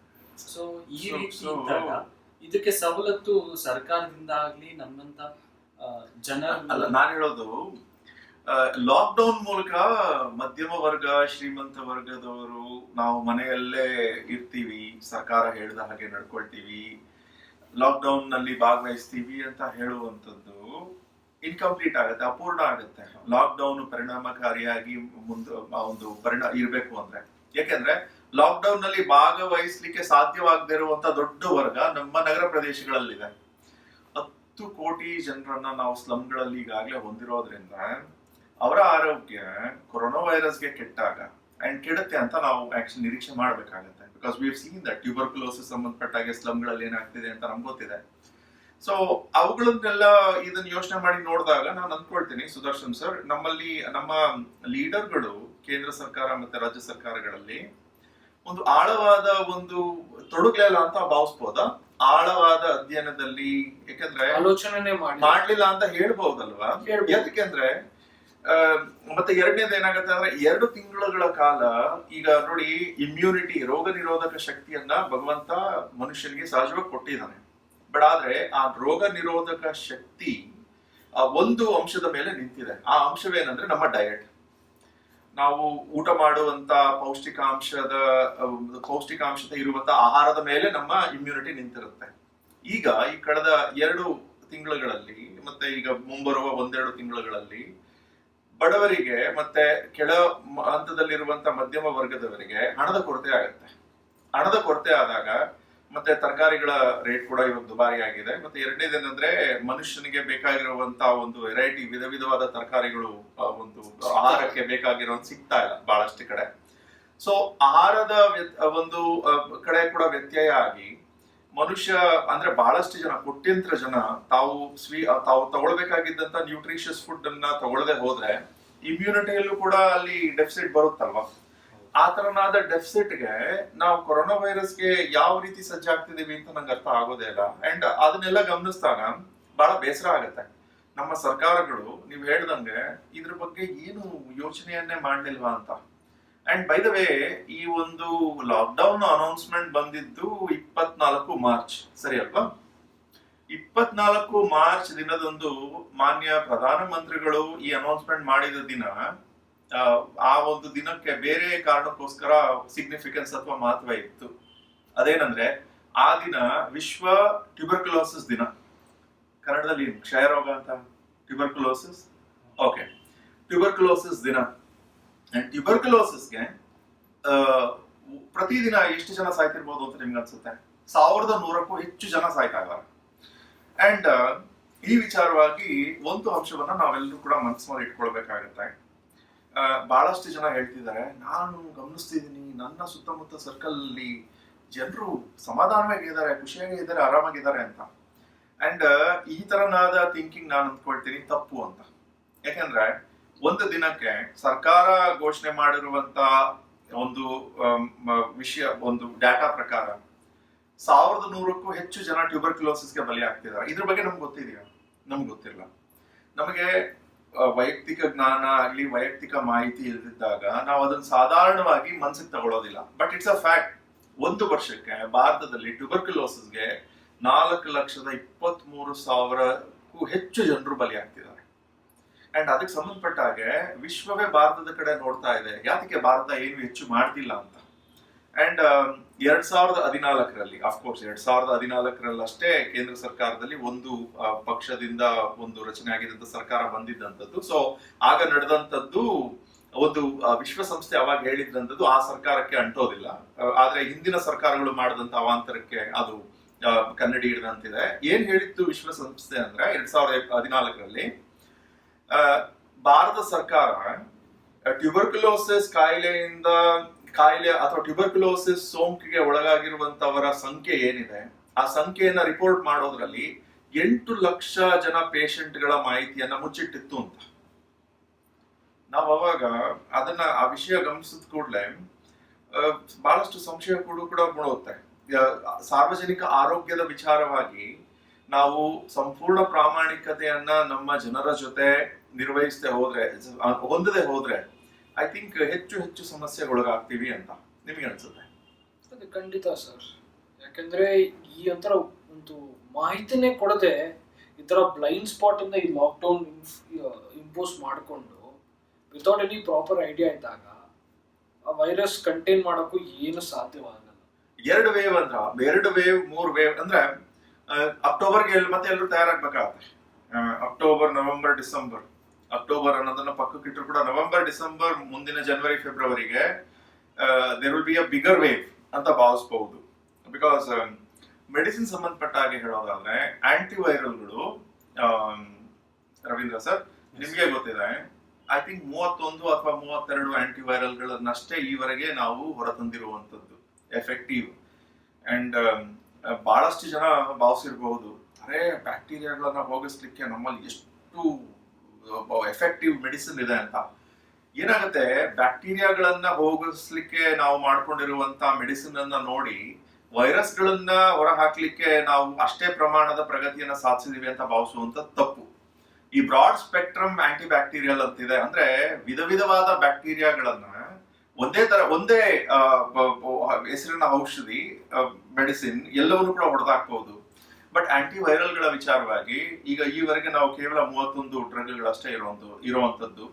ಅಂಡ್ ಎರಡನೇದೇನಂದ್ರೆ, ಈಗಾಗಲೇ ಕೆಲವು ಈ ಕೊರೋನಾ ವೈರಸ್ ಸಂಬಂಧಪಟ್ಟ ಹಾಗೆ ಹೊರಬರ್ತಿರುವಂತ ಬೇರೆ ಬೇರೆ ಔಷಧಿಗಳು ಯಾವೂ ಕೂಡ ಪ್ರಾಮಿಸಿಂಗ್ ಅಲ್ಲ ಅಂತ ಹೇಳ್ಬೇಕಾಗತ್ತೆ. ಹೈಡ್ರಾಕ್ಸಿ ಕ್ಲೋರೋಕ್ವಿನ್ ಬಂತು, ಅದರಿಂದ ಪ್ರಯೋಜನ ಆಗ್ತಿಲ್ಲ ಅಂತ ಗೊತ್ತಾಯ್ತು. ಈಗ 2-3 ದಿನಗಳ ಹಿಂದೆ ಗಿಲಿಯಡ್ ಸೈನ್ಸಸ್ ಸಂಸ್ಥೆಗೆ ಸೇರಿದ್ದ ರೆಮ್ಡೆಸಿವಿರ್. ಬಟ್ ಗಿಲಿಯಡ್ ಸೈನ್ಸಸ್ ಸಂಸ್ಥೆಯವರು ಹೊರಹಾಕಿದಂತ ಒಂದು ದೊಡ್ಡ ಇನ್ಫಾರ್ಮೇಶನ್, ಆ ದಿನ ಚೈನಾದಿಂದ ಹೊರಬಂದಂತ ಇನ್ನೊಂದು ಸ್ಟಡಿ ಕೂಡ ಬಂದಿತ್ತು. ಅದು ರೆಮ್ಡೆಸಿವಿರ್ ಪ್ರಯೋಜನ ಆಗ್ತಿಲ್ಲ, ರೆಮ್ಡೆಸಿವಿರ್ ನಿಂದ ಪ್ರಯೋಜನ ಆಗ್ತಿಲ್ಲ, ಹೆಚ್ಚು ಜನರಿಗೆ ಸಿವಿಯರ್ ಸೈಡ್ ಎಫೆಕ್ಟ್ಸ್ ಬಂದು ಬಹಳಷ್ಟು ಸಂಖ್ಯೆಯಲ್ಲಿ ಜನ ಮಾತ್ರೆಯನ್ನು ನಿಲ್ಲಿಸಬೇಕಾದಂತ ಪರಿಸ್ಥಿತಿ ಬಂದಿದೆ ಅಂತ ಕೂಡ ಇನ್ನೊಂದು ಲ್ಯಾಂಡ್ಸೆಟ್ ನಲ್ಲಿ ಬಂದಂತ ಸ್ಟಡಿ ಹೇಳುತ್ತೆ. ಸೊ ಆ ಕಾರಣಕ್ಕೋಸ್ಕರ things are not looking bright. And ಎರಡನೇದೇನಂದ್ರೆ, ಈಗ ಕೆಲವರು ತಜ್ಞರು ಹೇಳ್ತಿರುವಂತದ್ದು, ಟ್ಯೂಬರ್ಕ್ಯುಲೋಸಿಸ್ ಅನ್ನ ವಿಶ್ವದ ಅನೇಕ ರಾಷ್ಟ್ರಗಳು ಈಗಾಗಲೇ ನಿಯಂತ್ರಣಕ್ಕೆ ತಂದಿದ್ದಾರೆ. ನಿಯಂತ್ರಣಕ್ಕೆ ತಂದಿದ್ದರ ಹಿಂದೆ ಆ ದೇಶಗಳು ಅನುಸರಿಸಿದಂತ ಕ್ರಮ ಔಷಧಿಯ ಕ್ರಮಕ್ಕಿಂತಲೂ ಹೆಚ್ಚಾಗಿ ನಾನ್ ಫಾರ್ಮಸ್ಯೂಟಿಕಲ್ ಮೀನ್ಸ್ ಅಂಡ್ ಮೆಜರ್ಸ್ ಅಂತ ಏನ್ ಹೇಳ್ತಾರೆ, ಔಷಧಿ ಕೊಡುವುದಕ್ಕೂ ಹೊರತಾಗಿರುವಂತ ಮಾರ್ಗಗಳ ಮೂಲಕ ಟ್ಯೂಬರ್ಕ್ಯುಲೋಸಿಸ್ ಅನ್ನ ಕಂಟ್ರೋಲ್ ತಂದಿದ್ದಾವೆ. ಸೊ ಐ ಥಿಂಕ್ ಆ ನಿಟ್ಟಿನಲ್ಲಿ ನೋಡಿದ್ರೆ ಲಾಕ್ಡೌನ್ ಒಂದು ಸೀಮಿತ ಹಂತದಲ್ಲಷ್ಟೇ ಪ್ರಯೋಜನವನ್ನ ಕೊಡಬಲ್ಲದು. ಬಟ್ ಆದ್ರೆ ಸುದರ್ಶನ್ ಸರ್ ಹೇಳ್ತಿದ್ದ ಹಾಗೆ ಲಾಕ್ಡೌನ್ ಅನ್ನ ಈ ರೀತಿ ಹಿಂದೂ ಮುಂದೆ ನೋಡದೆ, ಅದ್ರ ಹಿಂದೆ ಒಂದು ಯಾವುದೇ ಉದ್ದೇಶವನ್ನ ಘೋಷಣೆ ಮಾಡದೆ, ಯಾವ್ದಕ್ ಮಾಡ್ತಿದೀವಿ ಅನ್ನೋದ್ರ ಬಗ್ಗೆ ಒಂದು ಕ್ಲಾರಿಟಿ ಇಲ್ಲದೆ ನಾವು ಮಾಡಿ ಟೆಸ್ಟಿಂಗ್ ಕೂಡ ಮಾಡದೇ ಇರೋದ್ರಿಂದ ಐ ಥಿಂಕ್ ಅನಾಹುತಕ್ಕೆ ನಾಂದಿಯನ್ನ ಆಡ್ತಿದೀವಿ ಅಂತ ಹೇಳಬೇಕಾಗತ್ತೆ. ಅಂಡ್ ಅಗ್ರಿಕಲ್ಚರಲ್ ಸೀಸನ್ ಬಗ್ಗೆ ನಿಮ್ಗೆ ಅಂದ್ರೆ ಅಗ್ರಿಕಲ್ಚರ್ ಪ್ರೊಡಕ್ಟಿವಿಟಿ ಬಗ್ಗೆ ಏನ್ ಹೇಳಲಿಕ್ಕೆ ಬಯಸ್ತಾರೆ ಸರ್? ಅಗ್ರಿಕಲ್ಚರ್ ಪ್ರೊಡಕ್ಟಿವಿಟಿ ಇಂದ ಯಾರಿಗೂ ಮೋಸ್ಟ್ ಆಫ್ ದ ಫಾರ್ಮರ್ಸ್ ಈ ತರ ಕ್ರೈಸಿಸ್ ನೋಡ್ತಾ ಇದ್ದಾರೆ. ಈ ತರ ಪ್ಲಾಂಟೇಶನ್ ಅಗ್ರಿಕಲ್ಚರ್ ಪ್ಯಾಡಿ ಫೀಲ್ಡ್ಸ್ ನಲ್ಲಿ ಲಾಕ್ಡೌನ್ ಇಂದ ಅವ್ರಿಗೆ ಕೆಲಸ ಮಾಡಲಿಕ್ಕೆ ಪ್ರಾಪರ್ ಮ್ಯಾನ್ ಪವರ್ ಸಿಗ್ತಾ ಇಲ್ಲ. ಸೊ ಡ್ಯೂ ಟು ವಿಚ್ ಪ್ರೊಡಕ್ಟಿವಿಟಿನೂ ಬಹಳ ಕಡಿಮೆ ಆಗ್ತಿದೆ ಅನ್ನೋದು ಮೈ ಒಪಿನಿಯನ್. ರೋಗ ನಿರೋಧಕ ಶಕ್ತಿ ಎಲ್ಲ ಮನುಷ್ಯನಿಗೂ ಬೇಕಂದ್ರೆ ಅದು ಊಟದಿಂದ ಮಾತ್ರ. ಊಟ ಕ್ವಾಲಿಟಿ, ನಾವೇನು ಅಕ್ಕಿ ತಿಂತೀವೋ, ಏನು ರಾಗಿ ತಿಂತೀವೋ, ಬೇರೆ ಯಾವುದೇ ತರಕಾರಿ ಆಗಲಿ, ಬೇರೆ ನೀರಾಗಲಿ, ಎಲ್ಲಾನು ಕಲುಷಿತ ಅಂದರೆ ಸ್ವಲ್ಪ ಮಟ್ಟಿಗೆ ಕಲುಷಿತ ಆಗಿರೋದ್ರಿಂದ ನಮ್ಮ ದೇಹಕ್ಕೆ ಬಂದು ಸಂಗ್ರಹ ಆಗ್ತದೆ. ಊಟ, ಗಾಳಿ, ನಿದ್ದೆ, ಈ 3 ಪ್ರಮುಖ ಅಂಶಗಳು. ಈ ಊಟದಲ್ಲಿ ತುಂಬ ಕಲುಷಿತ ಇದೆ, ಗಾಳಿಯಲ್ಲಿ ತುಂಬ ಕಲುಷಿತ ಇದೆ, ನಿದ್ದೆಯಲ್ಲಿ ಟೆಕ್ನಾಲಜಿ ಬಂದ ಮೇಲೆ ಎಲ್ಲರೂ ಯೂಸ್ ಮಾಡ್ತಾರೆ, ಮೊಬೈಲ್ ಆಗಲಿ, ಬೇರೆ ಟೆಕ್ನಾಲಜಿಕಲ್ ಲ್ಯಾಪ್ಟಾಪ್ಸ್ ಆಗಲಿ ಎಲ್ಲ ಯೂಸ್ ಮಾಡ್ತಾರೆ. ಸೊ ಅವಾಗ ಏನಾಗುತ್ತೆ, ಆ ಸ್ಟ್ರೆಸ್ ಲೆವೆಲ್ ಜಾಸ್ತಿ ಆಗುತ್ತೆ. ಸೊ ಈ ಎಲ್ಲ ಅಂಶಗಳು ನೋಡಿದ್ರೆ ನಮ್ಮ ಆರೋಗ್ಯ ಕುಂದುತ್ತಾ ಹೋಗ್ತಾ ಇದೆ. ಇದಕ್ಕೆ ನಾವೇನಾದ್ರು ಸೂಟಬಲ್ ಏನು ಊಟ, ಅದು ಕ್ವಾಲಿಟಿ ಕೊಡಬೇಕು. GM ಪ್ರಾಡಕ್ಟ್ಸ್ ನಾವು ಯೂಸ್ ಮಾಡೋದು, ಗುಣಮಟ್ಟದ ಆರ್ಗ್ಯಾನಿಕ್. ಕರೆಕ್ಟ್. ಸೊ ಗುಣಮಟ್ಟದ ಆಹಾರ, ಈ ಗುಣಮಟ್ಟದ ಆಹಾರದಿಂದ ನಾವು ವಂಚಿತರಾದ್ರೆ ಕೊರೋನಾ ವೈರಸ್ ಈ ಒಂದು ಮಹಾಮಾರಿಯಿಂದ ನಾವು ತಪ್ಪಿಸ್ಕೊಳ್ಳಿಕ್ ಸಾಧ್ಯವಾಗೋದೇ ಇಲ್ಲ. ಅದನ್ನ ನಾವು ಮನಸ್ಸಿನಲ್ಲಿ ಇಡ್ಬೇಕಾಗತ್ತೆ. ಮತ್ತೆ ಇನ್ನೊಂದು ಅಂಶವೇನಂದ್ರೆ, ಈಗಾಗಲೇ 1-2 ಪತ್ರಿಕೆಗಳಲ್ಲಿ ನಾವು ಓದಿದ್ವಿ, ಭಾರತದಲ್ಲಿ ಆಸ್ಪತ್ರೆಗಳಿಗೆ ಜನರು ದಾಖಲಾಗ್ತಿಲ್ಲ. ಇದ್ರ ಅರ್ಥ ಜನರು ಆರೋಗ್ಯವಾಗಿದ್ದಾರೆ ಮನೆಯಲ್ಲಿ. ಅಂಡ್ ಸಹಜವಾಗಿ ಕೇವಲ ಕುತೂಹಲಕ್ಕೋಸ್ಕರ ಆಸ್ಪತ್ರೆಗಳಿಗೆ ಹೋದ್ರೆ ಜನರನ್ನ ವೈದ್ಯರು ಆಸ್ಪತ್ರೆಗಳಲ್ಲಿ ಅಡ್ಮಿಟ್ ಮಾಡಿ ಅವರಿಗೆ ಬೇಕಿಲ್ಲದಿರೋ ಚಿಕಿತ್ಸೆ ಕೊಟ್ಟು ಅವರನ್ನ ಕಾಯಿಲೆಗೆ ದೂಡ್ತಾರೆ, ಅವರನ್ನ ಸಾವಿನ ಮನೆಗೆ ದೂಡ್ತಾರೆ. ಅನ್ನುವಂತ ಭಾವನೆ ಕೂಡ ವ್ಯಕ್ತವಾಗ್ತಿದೆ. ಈ ವಿಚಾರವಾಗಿ ಇಂಥ ಒಂದು ಭಾವನೆ ಅಥವಾ ಇಂಥ ಒಂದು ಲೇಖನಗಳು ಮಾಡ್ತಿರುವಂತದ್ದು ಏನಂದ್ರೆ ಯಾವುದೇ ಡಾಟಾವನ್ನ ಕೊಡ್ತಾ ಇಲ್ಲ. ಈಗ ಸುಮಾರು 15-16 ಬೇರೆ ರಾಷ್ಟ್ರಗಳ ವಿಚಾರವಾಗಿ ನ್ಯೂಯಾರ್ಕ್ ಟೈಮ್ಸ್ ಪತ್ರಿಕೆ ಮತ್ತೆ ಫೈನಾನ್ಷಿಯಲ್ ಟೈಮ್ಸ್ ಪತ್ರಿಕೆ ಅವರು ಮಾಡಿದಂಥದ್ದು ಏನಂದ್ರೆ ಫೆಬ್ರವರಿ, ಮಾರ್ಚ್, ಏಪ್ರಿಲ್ ತಿಂಗಳುಗಳಲ್ಲಿ ಎಷ್ಟು ಸಾವುಗಳಾಗಿದ್ದಾವೆ ಈ ವರ್ಷ, ಮತ್ತೆ ಹಿಂದಿನ 4-5 ವರ್ಷಗಳಲ್ಲಿ ಆ ಅವಧಿಯಲ್ಲಿ ಎಷ್ಟು ಸಾವುಗಳಾಗ್ತಿದ್ವು ಅಂತ ಗಮನಿಸಿದಾಗ ಅವರು ನೋಡಿದಂತ ಎಲ್ಲ ರಾಷ್ಟ್ರಗಳಲ್ಲೂ ಕೂಡ ಹೆಚ್ಚು ಸಂಖ್ಯೆಯಲ್ಲಿ ಈ 3 ತಿಂಗಳುಗಳಲ್ಲಿ ಸಾವುಗಳಾಗಿದ್ದಾವೆ. ಅಂಡ್ ಆ ಹೆಚ್ಚು ಸಂಖ್ಯೆಯ ಸಾವುಗಳು ಸಂಪೂರ್ಣವಾಗಿ ಕೋವಿಡ್-19 ಸಾವುಗಳ ಒಂದು ಘೋಷಣೆಗೆ ಮ್ಯಾಚ್ ಆಗ್ತಾ ಇಲ್ಲ. ಈಗ ಅಮೆರಿಕಾದಲ್ಲಿ ಕೋವಿಡ್-19 ನಿಂದ 65-70 ಸಾವಿರ ಸಾವುಗಳಾಗಿದ್ದಾವೆ. ಬಟ್ ಆದ್ರೆ ಅಮೆರಿಕಾದಲ್ಲಿ ಅವರಿಗೆ ಗೊತ್ತಾಗಿರುವಂತದ್ದು ಏನಂದ್ರೆ ಆ ಅವಧಿಯಲ್ಲಿ ಫೆಬ್ರವರಿ, ಮಾರ್ಚ್, ಏಪ್ರಿಲ್ 3 ತಿಂಗಳಲ್ಲಿ ಈ ಹಿಂದಿನ ವರ್ಷಗಳಲ್ಲಿ ಆಗ್ತಿದ್ದಂತ ಸಾವುಗಳಿಗೂ ಹೆಚ್ಚಾಗಿ ಈ ವರ್ಷ ಕೇವಲ 65 ಸಾವಿರ ಮಾತ್ರ ಅಲ್ಲ, 1,20,000 ಸಾವುಗಳಾಗಿದ್ದಾವೆ. ಸೊ ಹೀಗಿದ್ದಾಗ ಭಾರತದಲ್ಲಿ ಈ ತರನಾದ ಒಂದು ಭಾವನೆಯನ್ನ ವ್ಯಕ್ತಪಡಿಸ್ಲಿಕ್ಕೆ ನಮ್ದು ಯಾವ್ದು ಅಭ್ಯಂತರ ಇಲ್ಲ. ಬಟ್ ಆದ್ರೆ ಅದರ ಹಿಂದೆ ಫಸ್ಟ್ ಮಾಹಿತಿಯನ್ನ ನಾವು ಸಂಗ್ರಹಿಸಬೇಕಾಗುತ್ತೆ ನಮ್ಮ ಕ್ರಿಮೆಟೋರಿಯಂಗಳಲ್ಲಿ. ಯಾಕೆಂದ್ರೆ ಈ ತರನಾದ ವಿಷಯ ಬಂದಂತ ಯಾವುದೇ ಮಾಧ್ಯಮದಲ್ಲಿ ಅಂಕಿ ಅಂಶಗಳೇ ಇರಲಿಲ್ಲ. ಈಗ ಉದಾಹರಣೆಗೆ ನಮ್ಗೆ ಬಹಳ ಹತ್ತಿರ ಇರುವಂತ ಒಂದು ಕ್ರಿಮೆಟೋರಿಯಂ, ಶವಾಗಾರ, ಅಲ್ಲಿ ಮಾಹಿತಿಯನ್ನ ತಗೊಳ್ಬೇಕಾಗತ್ತೆ. ಹಿಂದಿನ ವರ್ಷಗಳಲ್ಲಿ ಫೆಬ್ರವರಿ, ಮಾರ್ಚ್, ಏಪ್ರಿಲ್ ತಿಂಗಳಲ್ಲಿ ಆಗಿದ್ದಂತ ಸಾವುಗಳ ಒಂದು ಪ್ರಮಾಣ ಎಷ್ಟು, ಈ ವರ್ಷ ಈ 3 ತಿಂಗಳಲ್ಲಿ ಆಗಿರುವಂತ ಸಾವು ಅಂದ್ರೆ ಅವರಿಗೆ ಬರುವಂತ ಒಂದು ಯಾರು ಅಡ್ಮಿಷನ್ಸ್ ಇರ್ತಾರೆ ಈ ಕ್ರಿಮೆಟೋರಿಯಂ ಚಿತಾಗಾರಗಳಲ್ಲಿ, ಅದ್ರ ಬಗ್ಗೆ ಮಾಹಿತಿ ತಗೊಂಡಾಗಷ್ಟ ನಮ್ಗೆ ಗೊತ್ತಾಗತ್ತೆ. But otherwise I think that is ಮಿಸ್ಚಿವಸ್ ಅಂತ ಹೇಳ್ಬೇಕಾಗತ್ತೆ ಅಲ್ವಾ. ಅಂಡ್ ಮಾಧ್ಯಮಗಳ ಪಾತ್ರದ ಬಗ್ಗೆ ಕೂಡ ಈಗ ಒಂದು ಬಹಳ ಕಟುವಾಗಿ ಹೇಳ್ಬೇಕಾಗತ್ತೆ. ಅದೇನಂದ್ರೆ ಅನಗತ್ಯವಾಗಿ ಕೊರೋನಾ ವೈರಸ್ ಬಗ್ಗೆ ಭಯವನ್ನ ತಂದೊಡ್ಡೋದ್ರಿಂದ ಕೊರೋನಾ ವೈರಸ್ ಸೋಂಕಿಗೆ ಒಳಗಾಗಿದ್ದಾರೆ ಅಂತ ತಿಳ್ಕೊಂಡು ಈಗ ಚೆನ್ನೈನಲ್ಲಿ ಒಬ್ರು ಡಾಕ್ಟರ್ ಸೈಮನ್ ನ್ಯೂರೋ ಸರ್ಜನ್ ಆಗಿದ್ದಂಥವ್ರು, ಅವರ ಜೀವನ ಪೂರ್ತಿ ಸಾವಿರಾರು ಜನರಿಗೆ ಉಚಿತವಾಗಿ ಚಿಕಿತ್ಸೆಯನ್ನು ಕೊಡೋದ್ರಲ್ಲೇ ಅವ್ರ ಜೀವನವನ್ನ ಅವರು ಅದರಲ್ಲೇ ಮುಡುಪಾಗಿಟ್ಟಂಥದ್ದು. ಆದ್ರೆ ಅವರಿಗೆ ಕೊರೋನಾ ವೈರಸ್ ಬಂದು ಅವ್ರು ಸತ್ತ ನಂತರ ಯಾವ ಜನರನ್ನ ಅವರು ಜನರಿಗ ಸೇವೆಯಲ್ಲಿ ತೊಡಗಿದ್ರು ಜೀವನ ಪೂರ್ತಿ, ಆ ಭಾಗದಲ್ಲಿ ಅವರನ್ನ ಒಂದು ಕ್ರಿಮೇಟ್ ಮಾಡ್ಲಿಕ್ಕೆ ಹೋದ್ರೆ ಅಲ್ಲಿನ ಜನರು, ಅವರ ಚಿಕಿತ್ಸೆಗೆ ಒಳಗಾಗಿದ್ದಂತ ಜನರು ಅವರ ಅಂದ್ರೆ ಶವವನ್ನ ಹಿಡ್ಕೊಂಡು ಬಂದಂತವ್ರಿಗೆ ಹೊಡೆದು ಆಚೆ ಕಳಿಸಿದಂತದನ್ನು ನಾವು ಗಮನಿಸ್ತೀವಿ. ದೇಶದ ಬಹುತೇಕ ಕಡೆ ಅನಗತ್ಯವಾಗಿ ಜನರು ಭಯಭೀತರಾಗಿ ಇಂತಹ ಕ್ರಮಗಳನ್ನ ಅನುಸರಿಸಿದ್ದಾರೆ ಅಂತ ಹೇಳ್ಬೇಕಾಗತ್ತೆ. ಮತ್ತೆ ಮಾಧ್ಯಮಗಳು ಕೊರೋನಾ ವೈರಸ್ ಮಾಡುವಂತದ್ದೇನು, ಕೊರೋನಾ ವೈರಸ್ ಮಾಡದೇ ಇರುವಂತದ್ದೇನು, ಮತ್ತೆ ಕೊರೋನಾ ವೈರಸ್ಗೆ ಭಯ ಪಡೋದ್ರಿಂದ ಪ್ರಯೋಜನ ಆಗೋದಿಲ್ಲ, ಜಾಗರೂಕರಾಗಿರ್ಬೇಕು ಅಷ್ಟೇ ಅಂತ ನಾನು ಅಂದ್ಕೊಂಡಿದ್ದೀನಿ. ಬಿಕಾಸ್ ಕೊರೋನಾ ವೈರಸ್ ವಿಚಾರವಾಗಿ 2-3 ತಿಂಗಳಲ್ಲಿ ಯಾವುದು ಕೂಡ ಮುಗಿಯೋದಿಲ್ಲ. ನಾವು ಹಿಂದಿನ ಎಲ್ಲ ವೇವ್ಗಳನ್ನ ಗಮನಿಸಿದ್ರೆ 1.5-2 ವರ್ಷಗಳ ಕಾಲ ಇದು ಮತ್ತೆ ವೇವ್ಗಳಲ್ಲಿ ಬರುತ್ತೆ. ಅಂಡ್ ಇದ್ರ ಬಗ್ಗೆ ನಾವು ಮಾಹಿತಿಯನ್ನ ತಿಳ್ಕೊಂಡು ಜಾಗರೂಕತೆ ಅದನ್ನ ಅನುಸರಿಸುವಂತದ್ದು ಉತ್ತಮ ಅಂತ I think. would you say so? I concede with it, sir, because without any ಒಂಥರ ಬ್ಲೈಂಡ್ ಸ್ಪಾಟ್ ನಲ್ಲಿ ಇದು ಮಾಡೋದ್ರಿಂದ ಏನು ಪ್ರೋಗ್ರೆಸ್ ಆಗಲ್ಲ. ಅಂಡ್ ಬೈ ದ ವೇ ಈಗ ನಾವು ಊಟ ಮಾಡ್ತೀವಲ್ಲ ಪ್ಲಾಂಟ್ ವೆಜಿಟೇಬಲ್ಸ್, ಅದರಲ್ಲಿ ಅಲ್ಲೂ ಕೂಡ ವೈರಸ್ಗಳಿದಾವೆ. ಪ್ರತಿದಿನ ಯಾವುದೇ ಒಬ್ಬ ಮನುಷ್ಯನ ಸ್ಟೂಲ್ ನಲ್ಲಿ ಲೆಕ್ಕವಿಲ್ಲದಷ್ಟು ಪ್ಲಾಂಟ್ ವೈರಸಸ್ಗಳು ಕಾಣಿಸುತ್ತೆ, ರೈಟ್? ಅಂಡ್ ಏನಾಗ್ತಿದೆ ಅಂದ್ರೆ ಆ ಪ್ಲಾಂಟ್ ವೈರಸ್ಗಳಿಗೆ ಮನುಷ್ಯನ ಸೆಲ್ ಅನ್ನ ಎಂಟರ್ ಮಾಡ್ಲಿಕ್ಕೆ ಬೇಕಾದಂತ ರಿಸೆಪ್ಟರ್ಗಳಿಲ್ಲ. ಸೊ ಆಬ್ವಿಯಸ್ಲಿ ಒಳಗೆ ನಮ್ಗೆ ಯಾವುದೇ ಒಂದು ತೊಂದರೆಯನ್ನ ಕೊಡದೆ ಹೊರಗೆ ಹೋಗ್ತಿದೆ, ಮನುಷ್ಯನಿಂದ ಹೊರಗೆ ಹೋಗ್ತಿದೆ. ವೈರಸ್ಗಳಿಗೆ ಸಂಬಂಧಪಟ್ಟ ಹಾಗೆ ಐ ಥಿಂಕ್ ಈಗ ಕೆಲವು ವಿಜ್ಞಾನಿಗಳು, ಕೆಲವು ಅಲ್ಲ ಹೆಚ್ಚು ಕಡಿಮೆ ಎಲ್ಲರೂ ಒಪ್ಕೊಳ್ಳುವಂಥದ್ದು ಇದು ವೈರಸ್ ಪ್ರಪಂಚ ಅಂತ. ಇದರಲ್ಲಿ ವೈರಸ್ಗಳನ್ನ ನೀವು ಒಂದ್ ಕಡೆ ಇಟ್ಟು ವೈರಸ್ ತರ ಉಳಿದ ಎಲ್ಲ ಜೀವರಾಶಿಯನ್ನ ಇನ್ನೊಂದ್ ಕಡೆ ಇಟ್ರೆ, ವೈರಸ್ ಜೀವರಾಶಿಯ ಭಾರದ ಬಗ್ಗೆ ನಾವು ನೋಡೋದಾದ್ರೆ ಉಳಿದ ಜೀವರಾಶಿಯ ಭಾರಕ್ಕಿಂತ 10 ಪಟ್ಟು ಹೆಚ್ಚು ಭಾರ ವೈರಸ್ದೇ ಇದೆ.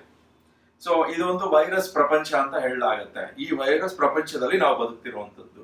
ಹೀಗಿದ್ದಾಗ ವೈರಸ್ಗಳ ಬಗ್ಗೆ ಸೂಕ್ತ ಮಾಹಿತಿ ಅಥವಾ ಜ್ಞಾನ ಸಂಪಾದನೆ ಮಾಡದೆ ಅನಗತ್ಯವಾಗಿ ಈ ರೀತಿ ಹೆದರಿಕೆಯಲ್ಲಿ, ಬಟ್ ಈ ವೈರಸ್ ಅನ್ನ ನಾವು ಮನುಷ್ಯನ ಒಂದು ಕ್ರಮಕ್ಕೆ ಅನುಗುಣವಾಗಿ ನೋಡುವಂತ ತಪ್ಪಾಗತ್ತೆ. ಯಾಕಂದ್ರೆ ಒಬ್ಬ ವ್ಯಕ್ತಿಯನ್ನ ಒಬ್ಬ ವ್ಯಕ್ತಿ ಸಾವನ್ನಪ್ಪಿದಾಗ ವೈರಸ್ಗೆ ಯಾವುದೇ ಪ್ರಯೋಜನ ಆಗ್ಲಿಲ್ಲ, ಹೌದೋ ಇಲ್ವೋ? ಕೊರೋನಾ ವೈರಸ್ಗೆ ಎಫಿಷಿಯಂಟ್ ಆಗೋದು ಇಲ್ಲ. ನಾವು ಬೇರೆ ವೈರಸ್ಗಳನ್ನ ಕಂಪೇರ್ ಮಾಡಿ ನೋಡಿದಾಗ ಯಾವುದೇ ವೈರಸ್ ಬಂದು ಹೆಚ್ಚು ಹೆಚ್ಚು ಜನರನ್ನ ತಲುಪಲಿಕ್ಕೆ ಬಯಸಿದ್ದ ಪಕ್ಷದಲ್ಲಿ ಆ ವೈರಸ್ ಏನ್ ಮಾಡುತ್ತೆ, ಜನರಲ್ಲಿ ಒಂದು ಜನರನ್ನ ಸಂಕಷ್ಟಕ್ಕೆ ತಂದು ಒಡ್ಡೋದಿಲ್ಲ. ಈಗ ನಮ್ಮೆಲ್ಲರಲ್ಲೂ ಕೂಡ ಕೆಲವು ವೈರಸ್ಗಳು ಈಗಾಗಲೇ ಇದಾವೆ. ಫಾರ್ ಇನ್ಸ್ಟೆನ್ಸ್ ಅನೆಲ್ಲೋ ವೈರಸ್ ಅಂತಿದೆ, ವಿಶ್ವದ ಎಲ್ಲ ಮನುಷ್ಯರಲ್ಲಿದೆ, ಆದ್ರೆ ಯಾರಿಗೂ ಕೂಡ ಸಮಸ್ಯೆಯನ್ನ ಮಾಡ್ತಿಲ್ಲ. ಸೊ ಯಾವುದೇ ಒಂದು ವೈರಸ್ ಮನುಷ್ಯನನ್ನ ಕೆರಳಿಸಿದಾಗ ಮಾತ್ರ ಮನುಷ್ಯ ಅದನ್ನ ಹೊರಹಾಕುವಂತ ಪ್ರಯತ್ನ ಮಾಡ್ತಾನೆ. ಈಗ ಅನೆಲೋ ವೈರಸ್ ಕೆರಳಿಸುವಂತ ಪ್ರಯತ್ನವನ್ನ ಮಾಡ್ತಿಲ್ಲ. ಸೊ ಅದು ಹೆಚ್ಚು ಎಫಿಷಿಯಂಟ್ ಆಗಿ ವ್ಯಕ್ತಿಯಿಂದ ವ್ಯಕ್ತಿಗೆ ಹರಡಿದೆ ಅಂತ ಹೇಳ್ಬೋದು. ಬಟ್ ಹರಡುವಂತ ಪ್ರಶ್ನೆ ಬರೋದಿಲ್ಲ, ಯಾಕಂದ್ರೆ ಎಲ್ಲ ಮನುಷ್ಯರಲ್ಲೂ ಕೂಡ ಅದಿದೆ. ಸೊ ಕೊರೋನಾ ವೈರಸ್ ಸಂಬಂಧಪಟ್ಟ ಹಾಗೆ ಐ ಥಿಂಕ್ ಹೆಚ್ಚು ನಾವು ತಜ್ಞರು ಅಂದ್ರೆ ವೈದ್ಯರು ಮತ್ತೆ ಎಪಿಡೆಮಿಯಾಲಜಿಸ್ಟ್ಸ್, ಇವರಲ್ಲಿ ಕೇಳಿ ಮಾಹಿತಿಯನ್ನ ತಿಳ್ಕೊಳ್ಳುವಂಥದ್ದು ಉತ್ತಮ. ಜನರು ಅನಗತ್ಯವಾಗಿ ಮಾಧ್ಯಮದಲ್ಲಿ ಬರುವಂತ ರೋಚಕ ವಿಷಯಗಳನ್ನ ಕೇಳಿ ದಾರಿ ತಪ್ಪಿರುವಂತದ್ದು ಕಳವಳಕಾರಿ ಅಂತ ಹೇಳ್ಬೇಕಾಗತ್ತೆ. And sir, you want to add something? ನಾನೊಂದು ರಿಲೇಟ್ ಮಾಡಬೇಕು COVID-19ಗೂ ಮತ್ತು ಫ್ಲೈಟ್ಸ್ಗೂ. ನಮ್ಮ ಮಾಧ್ಯಮಗಳು ಏನು ಮಾಡ್ತಾರೆ ಅಂದರೆ, ಲಕ್ಷಾಂತರ ಜನ ಫ್ಲೈಟ್ಸಲ್ಲಿ ಟ್ರಾವೆಲ್ ಮಾಡ್ತಾರೆ. ಯಾವುದೋ ಒಂದು ಫ್ಲೈಟು ಸುಟ್ಟೋಗುತ್ತೆ ಏನೋ ಒಂದು ಕಾರಣದಿಂದ. 1 ಕೋಟಿಯಿಂದ 5 ಕೋಟಿ ಜನ ಟ್ರಾವೆಲ್ ಮಾಡಿರೋದ್ರಲ್ಲಿ 100 ಜನ ಸಾಯ್ತಾರೆ. ನಮ್ಮ ಮಾಧ್ಯಮಗಳು 100 ಜನ ಎಲ್ಲಿ ಸತ್ತರು ಅದ್ರ ಬಗ್ಗೆನೇ ಆಲೋಚನೆ ಮಾಡ್ತಾರೆ ಹೊರತು ಈ ಬೇರೆದೆಲ್ಲ 99% ಏನು ಸೇಫ್ ಇದೆಯೋ ಅದ್ರ ಬಗ್ಗೆ ಡೇಟಾ ಕಲೆಕ್ಟ್ ಮಾಡಿ, ಅದ್ರ ಬಗ್ಗೆ ಆಲೋಚನೆ ಮಾಡಿ, ಅದ್ರ ಬಗ್ಗೆ ತಿಳುವಳಿಕೆ ಕೊಟ್ಟರೆ ಜನರಿಗೆ ಅನುಕೂಲ ಆಗುತ್ತೆ. ಈ 1% ಬ್ರೇಕಿಂಗ್ ನ್ಯೂಸ್ ಮಾಡಿದ್ರೆ ಅದೇನಾಗುತ್ತೆ, ಅವ್ರಿಗೆ TRP ಬರುತ್ತೆ ಹೊರತು ಜನರಿಗೆ ಏನೇ ಆಗಲಿ ಇನ್ಫಾರ್ಮೇಷನ್ನು ಕೊಟ್ಟಂಗಾಗಲ್ಲ. ಇದು ನೆಗೆಟಿವ್ ನ್ಯೂಸೇ ಸ್ಪ್ರೆಡ್ ಮಾಡುತ್ತೆ, ಪಾಸಿಟಿವ್ ನ್ಯೂಸ್ ಏನು ಸ್ಪ್ರೆಡ್ ಮಾಡಲ್ಲ ಅಂತ ನನ್ನ ಅನಿಸಿಕೆ. ಕರೆಕ್ಟ್. ಅಂಡ್ ಮಾಧ್ಯಮದವರು ಐ ಥಿಂಕ್ ಯಾವುದೇ ಒಂದು ಮಾಧ್ಯಮದ ಕೆಲಸವನ್ನ ನಾವು ಗಮನಿಸಬೇಕಾಗಿರುವಂಥದ್ದು, ಸಾರ್ವಜನಿಕ ಒಳಿತಿನಲ್ಲಿ ಅವರು ಎಷ್ಟು ಪ್ರಾಮಾಣಿಕವಾಗಿ ಕೆಲಸ ಮಾಡ್ತಿದ್ದಾರೆ ಅಂತ. ಯಾಕಂದ್ರೆ I don't have any political affiliation, ನಿಮಗೂ ಯಾವುದೇ ಪೊಲಿಟಿಕಲ್ ಅಫಿಲಿಯೇಷನ್ ಇಲ್ಲ, ಇವ್ರಿಗೂ ಪೊಲಿಟಿಕಲ್ ಅಫಿಲಿಯೇಷನ್ ಇಲ್ಲ. ತಪ್ಪನ್ನ ಮಾಡಿರುವಂತ ಸರ್ಕಾರ ಇರ್ಬೋದು, ಯಾವುದೇ ರಾಜಕೀಯ ಪಕ್ಷ ಇರ್ಬೋದು, ಮುಕ್ತವಾಗಿ ಮಾತನಾಡ್ಲಿಕ್ಕೆ ನಮ್ಗೆ ಸಮಸ್ಯೆ ಆಗೋದೇ ಇಲ್ಲ, ಕಸಿವಿಸಿ ಆಗೋದೇ ಇಲ್ಲ. ಯಾವುದೇ ಒಂದು ಪಕ್ಷದ ಅಥವಾ ವ್ಯಕ್ತಿಯ ವಿರುದ್ಧ ಅಥವಾ ಪರವಾಗಿ ಮಾತನಾಡ್ಲಿಕ್ಕೆ. ಐ ಥಿಂಕ್ ಮಾಧ್ಯಮದಲ್ಲೂ ಕೂಡ ನಾವು ಗಮನಿಸಬೇಕಾಗಿರುವಂತದ್ದು ಆ ತರನಾದ ಇಂಡಿಪೆಂಡೆನ್ಸ್ ನ ನೋಡ್ಬೇಕು ನಾವು. ಇಲ್ಲಾಂದ್ರೆ ಬಹಳ ಕಷ್ಟ ಆಗತ್ತೆ. ಮಾಧ್ಯಮದವ್ರು ಎದುರುಕೊಂಡ್ರೆ, ಸರ್ಕಾರವನ್ನ ಟೀಕೆ ಮಾಡ್ಲಿಕ್ಕೆ ಮಾಧ್ಯಮ ಎದುರುಕೊಂಡ್ರೆ, ಮತ್ತೆ ಎರಡನೇದೇನಾಗತ್ತೆ ಅಂದ್ರೆ ಮಾಧ್ಯಮದ ಒಂದು ಒಡೆತನ ಹೊಂದಿರುವಂತ ವ್ಯಕ್ತಿಗಳು, ಅವರ ಹಿನ್ನೆಲೆ ಏನು, ಮಾಧ್ಯಮವನ್ನ ಸ್ಥಾಪನೆ ಮಾಡಿದ್ದರ ಹಿಂದೆ ಅವರ ನಿಜವಾದ ಉದ್ದೇಶ ಏನು, ಮತ್ತೆ ಮಾಧ್ಯಮದಲ್ಲಿ ಕೆಲಸ ಮಾಡುವಂತ ಕಾರ್ಯನಿರ್ವಹಿಸುವಂತ ವ್ಯಕ್ತಿಗಳು ಅವರ ಐ ಥಿಂಕ್ ಚಾರಿತ್ರ್ಯದ ಬಗ್ಗೆ, ಹಿನ್ನೆಲೆ ಬಗ್ಗೆ ನಾವು ಮಾತನಾಡ್ಲಿಕ್ಕೆ ಶಕ್ತರಲ್ಲ. ಬಟ್ ಆದ್ರೆ ಅದರ ಬಗ್ಗೆ ಈಗಾಗಲೇ ಸಾಕಷ್ಟು ಮಾಹಿತಿ ಹೊರಗೆ ಬಂದಿದೆ. ಸೊ ಅನೇಕ ಮಾಧ್ಯಮಗಳು ಕಾರ್ಯನಿರ್ವಹಿಸ್ತಿರುವಂತ ರೀತಿ ಬಹಳ ಕಳವಳಕಾರಿ ಅಂತ ಹೇಳ್ತಾ ಮಾತನ್ನ ಮುಗಿಸೋದ್ರ ಮುನ್ನ you want to add something? Okay, ಈ ಒಂದು ಸಂವಾದವನ್ನ ಮತ್ತೆ ಮುಂದುವರಿಸೋಣ ವೆರಿ ಶಾರ್ಟ್ಲಿ. ಧನ್ಯವಾದಗಳು. Thank you.